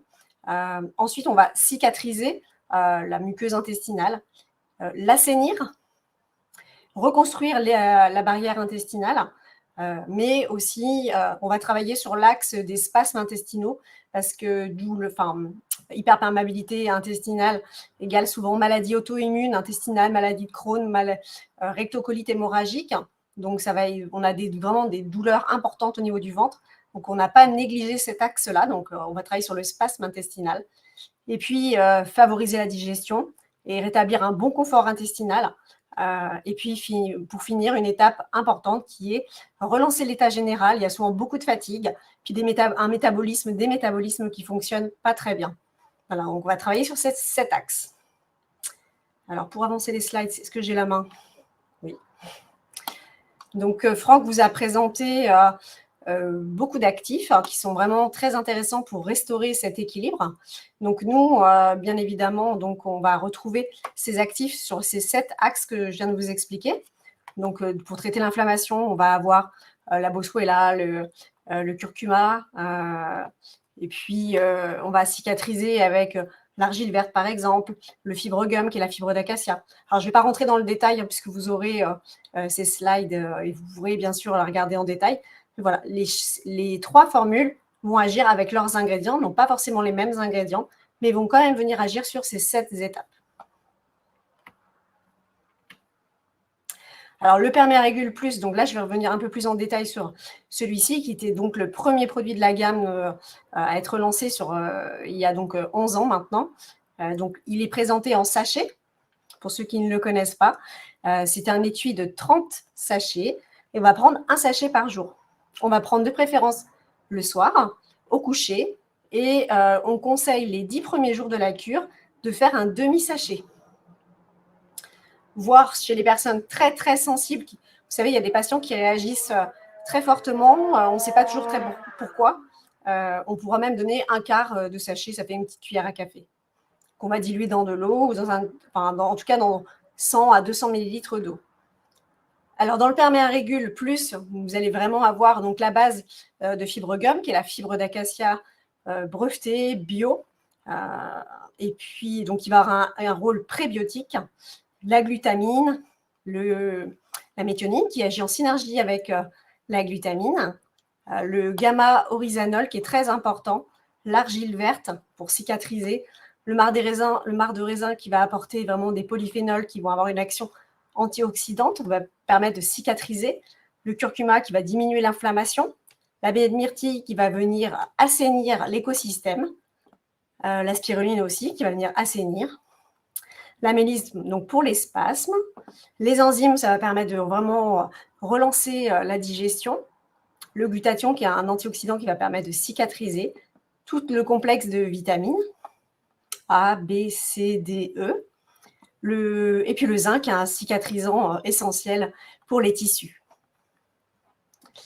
On a quand même une recommandation donc déconseillée aux femmes enceintes ou allaitantes sans avis médical, et il va être déconseillé chez les personnes qui vont être sous anticoagulants ou en cas d'obstruction des voies biliaires, et ça c'est en raison de la présence du curcuma. Bien évidemment, il est garanti sans FODMAP, sans gluten, sans lactose et sans OGM. Ensuite, on a le perméarégule en gélule. Alors, donc là, c'est vraiment une formule qui va être intéressante chez les patients qui ne peuvent plus, parce que ça fait 3 mois, 6 mois qu'ils vont être sous perméarégule plus et ne peuvent plus boire, prendre leur sachet, c'est compliqué. Au moins la gélule, pour garantir une bonne observance de traitement, on va pouvoir prendre les gélules. Donc, c'est 2 à 4 gélules par jour. Donc, c'est plus simple pour certaines personnes. C'est pour ça vraiment qu'on a créé cette référence. Alors, la formule n'est pas tout à fait la même, mais on a le même axe de construction. Évidemment, donc, une gélule, c'est 300 mg d'actifs. Un sachet, c'est 10 grammes. Il faudrait prendre plus de 30 gélules, en fait, pour avoir l'équivalent d'un sachet. C'est impossible. Donc, on a vraiment essayé de garder ce qui était essentiel. Donc là, vous allez retrouver donc, la glutamine, fibre d'acacia, les bioflavonoïdes de citrus, le marc de raisin, le curcuma, le gamma-oryzanol, myrtille, mélisse, méthionine, les enzymes, la vitamine E, puissant cicatrisant, antioxydant, la vitamine A et le zinc. Donc, on va être sur une cure de 30 jours minimum à renouveler. C'est 1 mois, 2 mois, 3 mois. Ça va vraiment dépendre des patients. C'est difficile de répondre à cette question. On nous la demande souvent. Ça dépend des personnes. Et donc, je disais, donc, une troisième référence qui est venue enrichir notre gamme l'année dernière. Donc, le perméarégule fort. Donc là, alors c'est une cure de 15 jours. Donc, c'est une boîte de 15 sachets. Et vous avez donc, on est parti de la formule du perméarégule plus en sachet, et dans laquelle on a vraiment mis des dosages encore plus forts pour avoir vraiment une action encore plus rapide. Donc là, on va avoir donc, toujours notre fibre d'acacia, fibre gum, qui est la base de beaucoup de produits au sein des laboratoires COPMED, mais dans lequel on a mis donc 3 grammes de glutamine, alors que dans le perméarégule plus, vous avez 1,5 g. Il y a 10 fois plus d'enzymes digestives. Et puis, on a remplacé le curcuma par la boswellia, qui va nous permettre aux personnes qui vont être sous anticoagulants de pouvoir prendre cette référence. Vous allez retrouver de la quercétine, presque 1 g de quercétine. Et puis, on va avoir le microbiomix, donc les bioflavonoïdes de orange et pomelo, donc qui vont vraiment être intéressants en action avec la fibre d'acacia pour ce rôle prébiotique. Donc, il n'y a pas de probiotique dans les 3 références. C'est vraiment une action prébiotique. Donc, on va nourrir votre propre flore intestinale. Voilà. Voilà donc la composition détaillée de ces 3 produits. Donc, pareil, sur le concept d'utilisation, toujours de préférence le soir. Le soir, vous avez vraiment la régénération des cellules, la régénération des cellules intestinales. Donc, c'est vraiment bien de le prendre au coucher. Donc, 1 sachet par jour. Et les 10 premiers jours, on conseille 1 demi-sachet.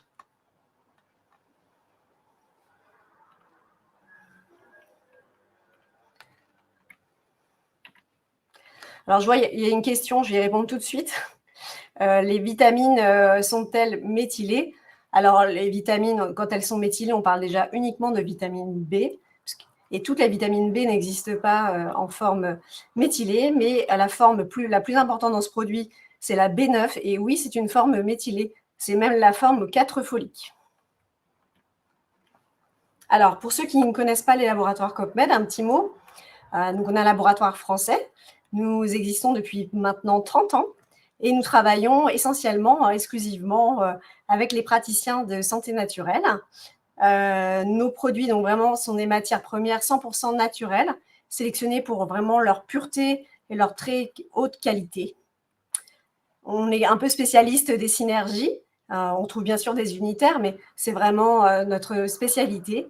Donc, des synergies d'actifs qui sont soigneusement sélectionnées et dosées pour obtenir vraiment la meilleure biodisponibilité, l'efficacité maximale et pas de surdosage. Sélection d'actifs brevetés, vous l'aurez vu dans les premières régules, on a des fois des noms un peu, je reviens vous montrer, Fibregum, Microbiomix, Care4U. Donc ça, c'est en fait, voilà. Sur des actifs brevetés, c'est des ingrédients dont la qualité est vraiment il y a toute une sécurité, une traçabilité, et puis des études cliniques qui sont faites sur ces ingrédients. Et on utilise vraiment beaucoup d'ingrédients brevetés chez CopMed. Et puis une fabrication française, sous assurance qualité, ISO 22000, donc c'est vraiment la sécurité, la traçabilité de nos produits. Voilà, j'en ai terminé. Merci Jade pour la présentation des produits. Merci au Dr Gigon aussi pour la présentation plus théorique. Je vous laisse regarder un petit peu les questions. Je prends 2 minutes pour présenter rapidement Compliment Pro. Car pour rappel, donc, le webinaire a été proposé par Compliment Pro en association avec les laboratoires CopMed. Et donc pour ceux qui ne connaissent pas encore cette plateforme, c'est une plateforme sur laquelle vous allez pouvoir recommander des compléments alimentaires de vos laboratoires favoris à un seul même endroit. Donc, pour vous expliquer un petit peu comment ça fonctionne, je vous partage très rapidement mon écran. Hop. Du coup, ici, on arrive sur l'interface Compliment Pro. Donc, j'ai vu pas mal de questions passer par rapport à ça. C'est vraiment réservé aux professionnels de la santé et c'est une plateforme qui est entièrement gratuite. Pour créer une recommandation, vous allez tout simplement créer une recommandation ici. Soit que vous créez un nouveau patient, soit que vous allez tout simplement le chercher dans votre liste ici et vous allez pouvoir ajouter des produits un à un. Donc, si on veut faire un focus sur les produits CopMed qu'on a pu voir aujourd'hui, on va voir tous les différents produits du laboratoire CopMed qui sont ici présentés. Si on va ajouter par exemple le perméarégule fort, on a une fiche produit détaillée avec un descriptif à chaque fois du produit, la formulation et puis les conseils d'utilisation. Donc, si le produit nous plaît, on veut l'ajouter, on clique sur ajouter et on va pouvoir comme ça ajouter des produits de différents laboratoires ou rester par exemple focus sur le laboratoire CopMed. Donc, on ajoute quelques produits. Vous allez ensuite pouvoir changer, si vous le souhaitez, les conseils d'utilisation pour vos patients, à savoir que ceux qui sont donnés ici sont ceux qui nous sont transmis par les laboratoires. Donc, il n'y a pas d'erreur dans les conseils ici, mais vous pouvez vous les modifier si vous le souhaitez. Une fois que vous cliquez sur « Envoyer », votre client va recevoir tout simplement un email avec sa recommandation. Et lui n'a plus qu'à faire sa commande et il reçoit tout ça directement chez lui. Du coup, par rapport à ça, l'idée de Compliment Pro, c'est vraiment 3 choses. C'est avoir accès à un très large choix de compléments alimentaires parce qu'aujourd'hui, on a une trentaine de laboratoires disponibles, ce qui offre plus de 400 références au catalogue et on se développe assez rapidement en fonction de vos demandes. Vous allez pouvoir, sur la plateforme, recommander de manière très simple, comme on vient de le voir. Et ensuite, en fait, vous avez tout un suivi. Donc, vous allez pouvoir suivre un petit peu où en sont vos patients, vos clients avec leurs recommandations. Est-ce qu'ils ont terminé? Est-ce qu'ils ont bien commencé? Etc. Donc, voilà, comme je le disais, une trentaine de laboratoires, plus d'une trentaine de laboratoires disponibles, dont les laboratoires CopMed sur la plateforme Compliment Pro, plateforme qui est entièrement gratuite. Et mon collègue vous met le lien si vous souhaitez vous inscrire. Et puis après, on vous fera une petite présentation des différentes fonctionnalités. On propose aussi différentes formations, comme on le fait aujourd'hui. Et donc, pour cette semaine, par exemple, jeudi, on propose un webinaire avec Metagenix sur les solutions thérapeutiques pour une population croissante souffrant du syndrome métabolique. Et puis ensuite, vendredi, on fera un webinaire avec mon suivi diète sur l'importance des outils plutôt digitaux pour une approche personnalisée. Sans plus attendre, parce qu'il y a beaucoup de questions qui sont posées lors de la présentation, comme je le disais au départ, je vais commencer par les questions qui ont eu le plus de votes. Hop. Donc, celle qui a le plus de votes, c'est pour le replay. Donc oui, pas d'inquiétude, le replay sera bien disponible. La présentation également sera disponible sans doute dans l'après-midi. Alors, Sophie nous demande comment savoir si notre intestin est perméable. Donc, on a abordé un petit peu les signes principaux. Est-ce qu'on peut refaire un petit listing rapide, s'il vous plaît? Alors, pour savoir si un intestin est perméable, eh ben déjà, il y a des signes digestifs tout à fait courants qui doivent nous mettre la puce à l'oreille. Après, au niveau palpatoire, on peut avoir une sensibilité augmentée au niveau de la fosse iliaque gauche ou droite. Et ensuite, on peut aller jusqu'à faire des examens spécialisés. Donc, je ne sais pas si on donne le nom des laboratoires, mais en tout cas, il y a des laboratoires qui sont spécialisés dans la recherche de l'hyperperméabilité intestinale. Hein. Tout à l'heure, j'ai parlé du dosage de la zonuline, mais ça peut aller avec des tests de lactulo, ça peut aller un petit peu plus loin. Donc, il faut se retourner sur ces laboratoires pour avoir la liste des examens spécialisés qui ont vraiment progressé ces 5 dernières années, qui se sont affinés. Donc là, c'est vraiment pour avoir la confirmation d'une conjonction de signes que l'on a déjà eu par l'anamnèse, par l'examen clinique, et puis on se dit, tiens, je vais vraiment le confirmer. De toute façon, on peut quand même donner des traitements, entre guillemets, qui vont restaurer la perméabilité intestinale au jugé comme ça, parce que vous aurez une réponse relativement rapide dans les jours qui suivent. Alors, combien de temps faut le donner? En général, c'est entre 1 et 3 mois, comme a dit Jade, et il faut vraiment s'adapter au patient qui aura une sensibilité, une tolérance différente. D'ailleurs, je ne sais pas si tu veux rappeler, Jade, la façon dont ça se donne pour y aller progressivement dans certains cas, peut-être. Ouais. En tout cas, on préconise toujours sur les 2 formes en sachet de faire un demi-sachet. Oui. Et chez certaines personnes, puisque moi j'ai déjà vu des personnes réagir même à un demi-sachet, mais des personnes qui en fait réagissent à tout, n'importe quel complément alimentaire, elles prennent une gélule et elles ne se sentent pas bien. Il y a des personnes comme ça, on ne sait pas trop pourquoi. Donc là, dans ces cas-là, quand on sait en tout cas que la personne est extrêmement sensible, pas hésiter à donner juste pendant 2-3 jours un quart de sachet. Mais au moins comme ça, le corps s'habitue en douceur. C'est un petit peu comme quand on fait une détox. On ne va pas détoxifier d'un seul coup. Voilà, on y va progressivement, mais c'est pareil pour l'intestin, on y va progressivement. Alors, un demi-sachet et voire un quart si vraiment personne extrêmement sensible, et le soir, toujours avant de se coucher. Très clair, merci. Combien de temps est-ce que vous recommandez une cure zéro gluten pour qu'elle permette une remise à neuf? Est-ce que c'est 3? Est-ce que c'est 6 mois? Même chez les personnes qui ne sont pas intolérantes déclarées. Alors, zéro gluten, ça dépend ce qu'on veut obtenir. Si c'est juste pour avoir, on n'a pas de problème particulier de symptômes ou des choses comme ça, 1 mois peut suffire pour voir déjà comment ça se passe. Et si on veut vraiment faire le ménage, si je puis dire, il faut au moins 3 mois. Voilà. Moi, avec mes patients, je leur dis c'est une rotation alimentaire, c'est sur 3 mois. Ensuite, on passe aux produits laitiers ou l'inverse, parce que les produits laitiers et les céréales à gluten sont les 2 causes retrouvées le plus souvent dans les intolérances alimentaires. Il n'y a pas que ça. Hein. Donc ça, on peut le trouver déjà avec des petits questionnaires de santé et en faisant l'anamnèse des patients sur leur enquête alimentaire. Et puis après, il y a ce qu'on peut faire, un bilan des IgG alimentaires. Donc à 2 ou 3 laboratoires, même un peu plus en France maintenant, qui sont spécialisés là-dedans. C'est pas remboursé par la sécurité sociale. Par contre, ça permet d'aller à l'essentiel quand on tourne autour du pot, si je puis dire, sans faire de jeu de mots, parce qu'il faut vraiment trouver quelle est la protéine qui crée l'intolérance. Alors parfois, il n'y en a pas qu'une, il y en a plusieurs entre parenthèses. Et il va falloir identifier celle qui en donne le plus pour pouvoir la retirer au moins 3 mois. Et alors la bonne nouvelle, c'est qu'une fois qu'on a fait baisser le bruit immunitaire et que les anticorps sont retombés, on peut se permettre d'en remanger de temps en temps et de voir comment ça se passe avec une introduction partielle. Mais c'est au moins 3 mois chez les personnes qui ont vraiment des problèmes, de mon expérience et de celle qui est partagée avec beaucoup de mes confrères. Très bien, merci. En cas d'hyperperméabilité intestinale, est-il nécessaire d'assainir l'intestin avec le relais spiruline avant de restaurer la muqueuse avec de la glutamine et ensuite de réensemencer l'intestin avec des probiotiques, si on devait parler en chronologie? Si je peux me permettre, l'intérêt de Perméarégule, c'est que justement, vous allez assainir et restaurer en même temps.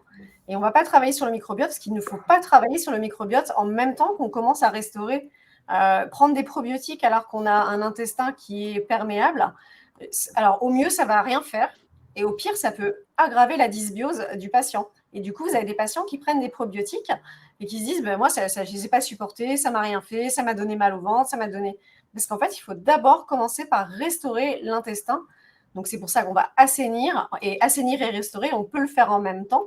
Et du coup, c'est pour ça que dans Permérégule, vous retrouvez ces deux axes dans les produits. Parfait. Franck, tu es d'accord? Je confirme, on fait pas les deux choses en même temps. Ok. Ouais. Quelle approche pour restaurer et réparer une flore intestinale chez de jeunes enfants, donc entre 0 et 3 ans, qui ont été exposés à une antibiothérapie? Jeunes enfants. Il y a des études qui traînent sur certains probiotiques à pouvoir donner. Je pense qu'il faut avoir plus une approche prébiotique. Et donc ne pas être sur le probiotique au départ. De toute façon, c'est surtout une enquête alimentaire qui est très vite cernée puisqu'on sait à peu près ce que mange l'enfant. Et une fois qu'on a vu où ça pêchait, on peut se permettre de faire une réorientation alimentaire. Et la réorientation alimentaire va passer par effectivement une alimentation qui sera plus prébiotique. Bon, après, est-ce que l'enfant il fait des hyperperméabilités intestinales? C'est rare, c'est exceptionnel. Hein, c'est plus le sujet qui a vécu, qui a des facteurs environnementaux qui s'additionnent. Bon, ça peut arriver, mais c'est exceptionnel. Et dans ce cadre-là, peut-être qu'on pourra donner des doses filées d'une formulation de type perméarégule, mais voilà, avec l'accord du médecin s'il est ouvert. Ok. Alors, est-il possible d'inverser ce processus dans lequel le corps commence à fabriquer des anticorps contre certains aliments? Alors, c'est une bonne question parce qu'en fait, les intolérances alimentaires, ce ne sont pas des allergies alimentaires. Donc, les allergies en général, c'est à IgE, les intolérances, c'est à IgG. Et donc, quand vous arrêtez le stimulant antigénique, qui est la protéine qui revient en rythme et en quantité importante, vous faites baisser le bruit immunitaire. Donc, vous faites baisser le bruit des attaques à auto-anticorps. Donc ça, c'est quelque chose qui a été même publié dans la revue Nature à un moment donné. Donc ça veut dire quoi? Ça veut dire que si on arrive à identifier là où les protéines alimentaires qui génèrent les symptômes, dès qu'on va la retirer, au bout de quelques jours des fois c'est rapide, hein, c'est peut-être parfois plus rapide que quelques jours, mais souvent il faut attendre quelques jours et parfois quelques semaines, on va avoir les symptômes qui chutent vraiment de façon importante.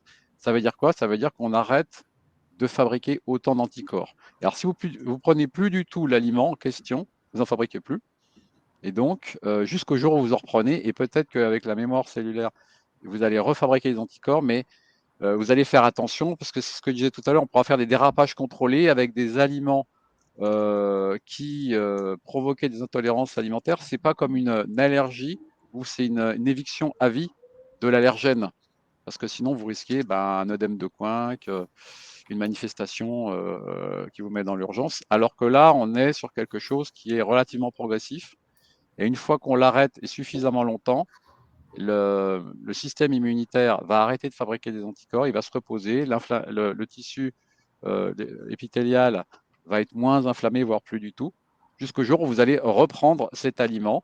Et à ce moment-là, c'est le fait d'en prendre suffisamment longtemps ou de façon répétée ou en quantité qui va réveiller l'intolérance. Mais il y a une espèce d'inertie dans le système qu'on n'a pas du tout dans les allergies. Les allergies, c'est quasiment immédiat et c'est à vie. Voilà, donc c'est le différentiel qu'il faut opérer entre une intolérance et une allergie. Donc c'est une bonne question, puisque les anticorps, on peut arrêter de les fabriquer dès lors que le stimulant n'est plus là. Très bien, très clair, merci. Alors, sur le Permérégule Plus, en le prenant le soir au coucher, est-ce qu'il y aura une baisse d'assimilation ou les interactions possibles avec des médicaments qui auraient été pris le soir aussi, comme de la levure de riz rouge, statine? Pour moi, non. Non. Alors moi déjà, je ne conseille pas la levure de riz rouge, c'est à titre personnel. Sinon, parce que c'est un effet statine-like, donc on aura les mêmes effets potentiellement ennuyeux de la statine, enfin pour les gens qui la supportent pas. Hein. Et sinon, non, il n'y a pas d'interaction potentielle. Parfait. Est-ce que la prise quotidienne de médicaments anti-allergiques altère également la muqueuse intestinale? Alors, c'est pas connu. En revanche, faut s'en méfier quand même. En tout cas, ce qu'il y a de sûr, c'est les anti-inflammatoires, les antibiotiques, les IPP, les inhibiteurs de pompe à protons, les corticoïdes. Ça, c'est référencé comme augmentant la porosité intestinale. Les anti-allergiques, si la personne ne prend que ça et qu'elle a une hyperperméabilité intestinale, il va falloir les arrêter pour voir si ça va mieux quand on ne les prend pas. C'est peut-être pas la molécule le problème en fait antihistaminique, ce sera les excipients qu'on retrouvera dans le médicament de synthèse qui pris sur le long terme pourront être mauvais pour la muqueuse. Je ne sais pas, comme a dit Franck, effectivement, il n'y a pas d'études sur les antihistaminiques, mais après, c'est juste en regardant les compositions des antihistaminiques et médicaments prescrits qu'on retrouve à la pharmacie, ce sont des médicaments de synthèse. Et dans les formulations, quand on regarde dans les comprimés, souvent, ça fait peur. C'est vrai qu'on ne parle pas assez des excipients et on a beaucoup de gens qui sont intolérants aux excipients. C'est vrai. Donc, sur le prix, sur le long terme, ça peut peut-être altérer. Ok. Des liens entre les allergies, histamine, sulfate et la FUT2. Pas à ma connaissance. Ouais. Moi non plus. Maintenant, les personnes qui ont des problèmes de mucus ont quand même une mauvaise flore intestinale. Donc, l'histamine ne va pas forcément bien se dégrader. Je ne sais pas. Bon, l'histamine, c'est lié à la dégranulation mastocytaire, donc c'est plus lié à un phénomène allergique. Et dans l'inflammation de bas grade que l'on trouve, qui est associée souvent à l'hyperperméabilité intestinale, c'est pas allergique comme phénomène qui est inscrit. C'est un phénomène dysimmunitaire qui est une inflammation de bas grade, mais qui n'est pas médié par le process allergique avec l'histamine. Donc, pour moi, non. Mais il faut regarder. D'un autre côté, les personnes qui souffrent d'intolérance à l'histamine ont toujours un problème d'intestin. Oui. Et par contre, intestin et FUT2, on sait que 20% de la population génétiquement ne va pas fabriquer. Donc, il peut y avoir un lien, pas forcément pas direct, chez tout le monde, mais moi, je le verrais comme ça. Oui, on ne peut pas dire que il n'y ait pas de lien, mais c'est pas ce qui pas apparaît. Prouvé scientifiquement, en tout cas. C'est pas prouvé scientifiquement. Voilà. Ok. Alors, dans l'hypothèse où la dysbiose favorise l'émergence de Parkinson, quelle stratégie pourriez-vous recommander pour freiner l'évolution de la maladie, valable également pour toutes les autres maladies? Dans l'hypothèse où il y aurait une maladie de Parkinson, c'est ça? Dans l'hypothèse où la dysbiose aurait un rôle en fait dans l'émergence plutôt de Parkinson. Alors Parkinson, c'est pas que ça, Parkinson. Hein. C'est multifactoriel. On implique les perturbateurs endocriniens, on implique, il y a tellement de choses. En tout cas, il faut jouer sur l'axe cerveau-intestin, ça c'est sûr. Il y a eu quelques études avec des liens qui montraient que quand on améliorait la microflore intestinale et qu'on améliorait la porosité intestinale des gens qui étaient en pathologie dite neurodégénérative, il y avait des améliorations notables. Donc, de toute façon, on a bien compris que le tube digestif, c'était un carrefour métabolique très important et que dès que vous avez une maladie chronique, neurodégénérative ou cancer ou même auto-immune, il faut s'intéresser au microbiote, il faut s'intéresser à la porosité intestinale. Il faut absolument y aller parce que vous allez faire beaucoup de bien à votre patient, ne serait-ce que parce que vous allez restaurer un dialogue avec votre immunité générale via le tube digestif. Donc, on va...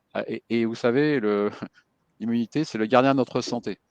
Donc, sans notre immunité, on ne peut pas cicatriser, on ne peut pas réparer, on ne peut pas attaquer des mauvaises cellules, on peut avoir des anticorps qui flambent et qui se retournent contre nous. Donc, à partir du moment où on régule l'immunité, on reprend la main sur des pathologies chroniques, quelles qu'elles soient, je dirais.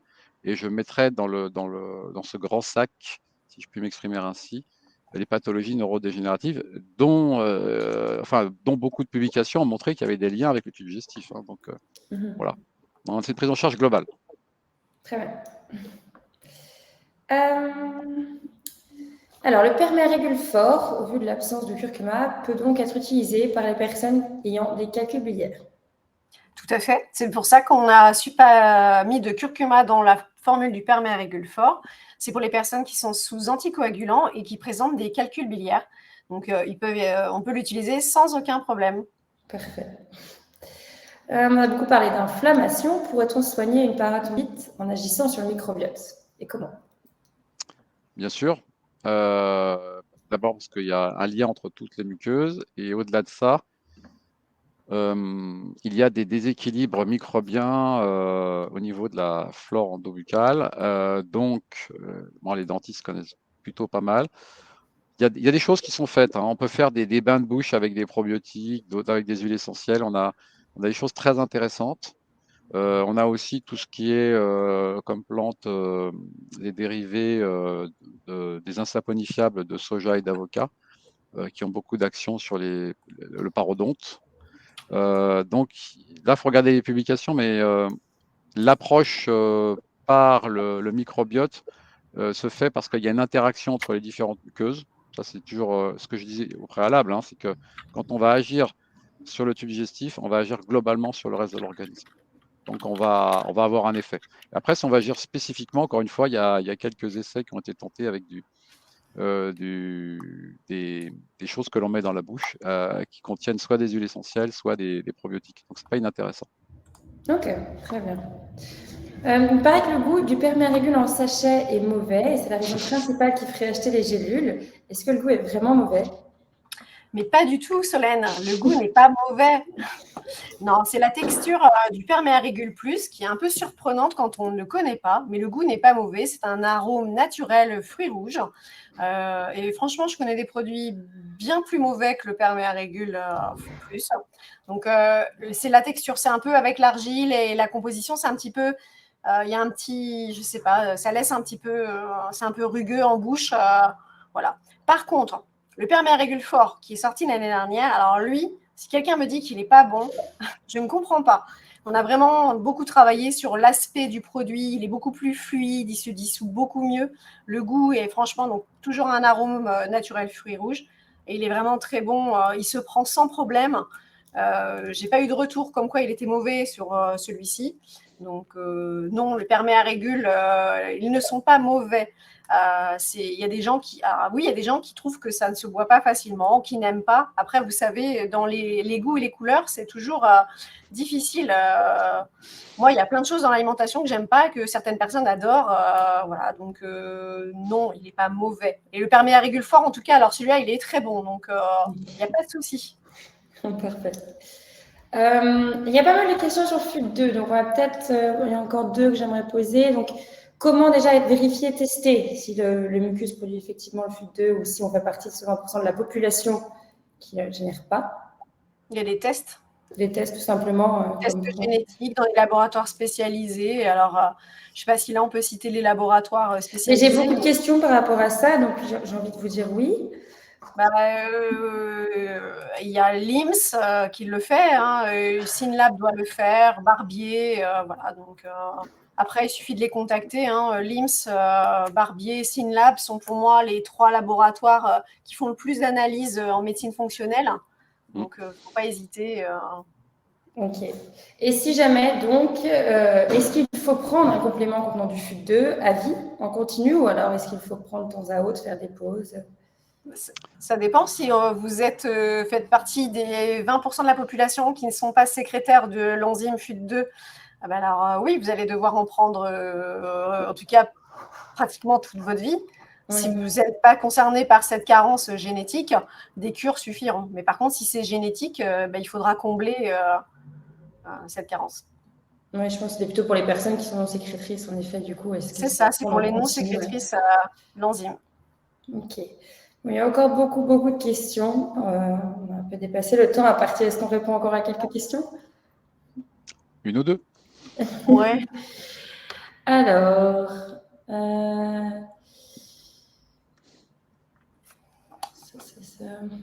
bon, là, on est encore sur des pathologies inflammatoires. Polyarthrite chronique très agressive, destructrice, que conseillez-vous si on a une résistance à plusieurs traitements déjà? Alors, les pathologies auto-immunes, toutes confondues, répondent assez bien à des prises en charge sur le microbiote et sur l'hyperperméabilité intestinale. En tout cas, les médecins qui font de la médecine fonctionnelle, les micronutritionnistes, systématiquement travaillent là-dessus. Donc, une polyarthrite rhumatoïde, ça fait partie des pathologies auto-immunes, et les spondylarthrites ankylosantes aussi. On peut mettre dedans sclérose en plaques, lupus, syndrome sec. Voilà, tout ça, c'est des choses à travailler avec le microbiote, le système immunitaire et l'hyperperméabilité intestinale qui sera toujours suspectée. Et quand on la suspecte, il faut y aller, il faut la traiter de principe. Voilà. Donc on n'est pas obligé de faire des examens onéreux si on a une suspicion. En revanche, si on veut vraiment affiner, effectivement, on peut aller vers ce type de laboratoire qui sont très très bien et qui permettent de finalement attester que ça se passe comme ça. Mais pour ma part, je le fais pas forcément en première indication, je le fais en deuxième ou troisième indication quand on plafonne un petit peu avec le patient et qu'on a du mal à se mettre d'accord. Mais sinon, voilà, ce type de pathologie, ça mérite une prise en charge phyto-micronutritionnelle, digestive, avec ce type de formulation dont on vient de parler. D'accord. Inflammation, toujours. Quels seraient les facteurs aggravants d'un syndrome de l'intestin irritable? Quelles sont les actions concrètes qui peuvent être prises au quotidien pour limiter les crises? Donc, je pense sur le plan alimentaire. On en a parlé. Ouais, ça a été évoqué. Alimentation. C'était l'objet de la conférence. C'est tout expliqué dans la conférence. Hein. À revoir en replay. À revoir en replay. Ouais. Ça, il y a souvent des questions par rapport à ça, par rapport au dosage en glutamine. Pas gêné par un dosage en glutamine un petit peu élevé? Alors, dans le Perméarégule plus, on a 1,5 g, 1500 mg. Dans le Perméarégule fort, on a 3 g. Et dans le Perméarégule en gélule, on a 500 mg. Au-delà de 5 grammes, on peut, voire même 10 grammes, on peut se poser des questions. Là, on est 1,5 g, 500 mg et 3 grammes, on est en dessous quand même. Et puis, se poser des questions, pourquoi par rapport au cancer? Parce que c'est souvent la question. Mais de toute façon, sur un cancer évolutif, il y a plein de choses qu'on ne donne pas, dont la glutamine. On confirme qu'on ne donne pas de Perméarégule sur un cancer évolutif. Tout à fait. Très, très bien. C'est très clair. Très clair. Après, il y a beaucoup de questions auxquelles on a répondu tout au long de la conférence, du coup, après qu'elles aient été posées. Je ne sais pas si vous avez vu passer peut-être Jade ou... Moi, j'ai juste vu quelle forme de zinc mettez-vous dans le Perméarégule plus. Donc, dans les Perméarégules, c'est du citrate de zinc. Alors, le citrate de zinc fait partie des meilleures formes d'oligo-éléments.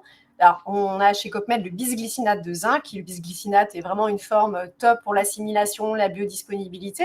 Maintenant, là, par rapport à l'intestin et à la polarité de l'intestin, on a choisi la forme citrate pour une meilleure assimilation dans ce but vraiment précis d'assimilation. On a choisi le citrate, qui est vraiment une très bonne forme. Mais je ne dirais pas que le citrate est la meilleure forme d'oligo-éléments en termes de vecteur, de transporteur. Le bisglycinate, je pense, est au-dessus. Mais là, dans le cas de l'intestin, c'est vraiment le citrate par rapport à la polarité pour l'assimilation. Je confirme.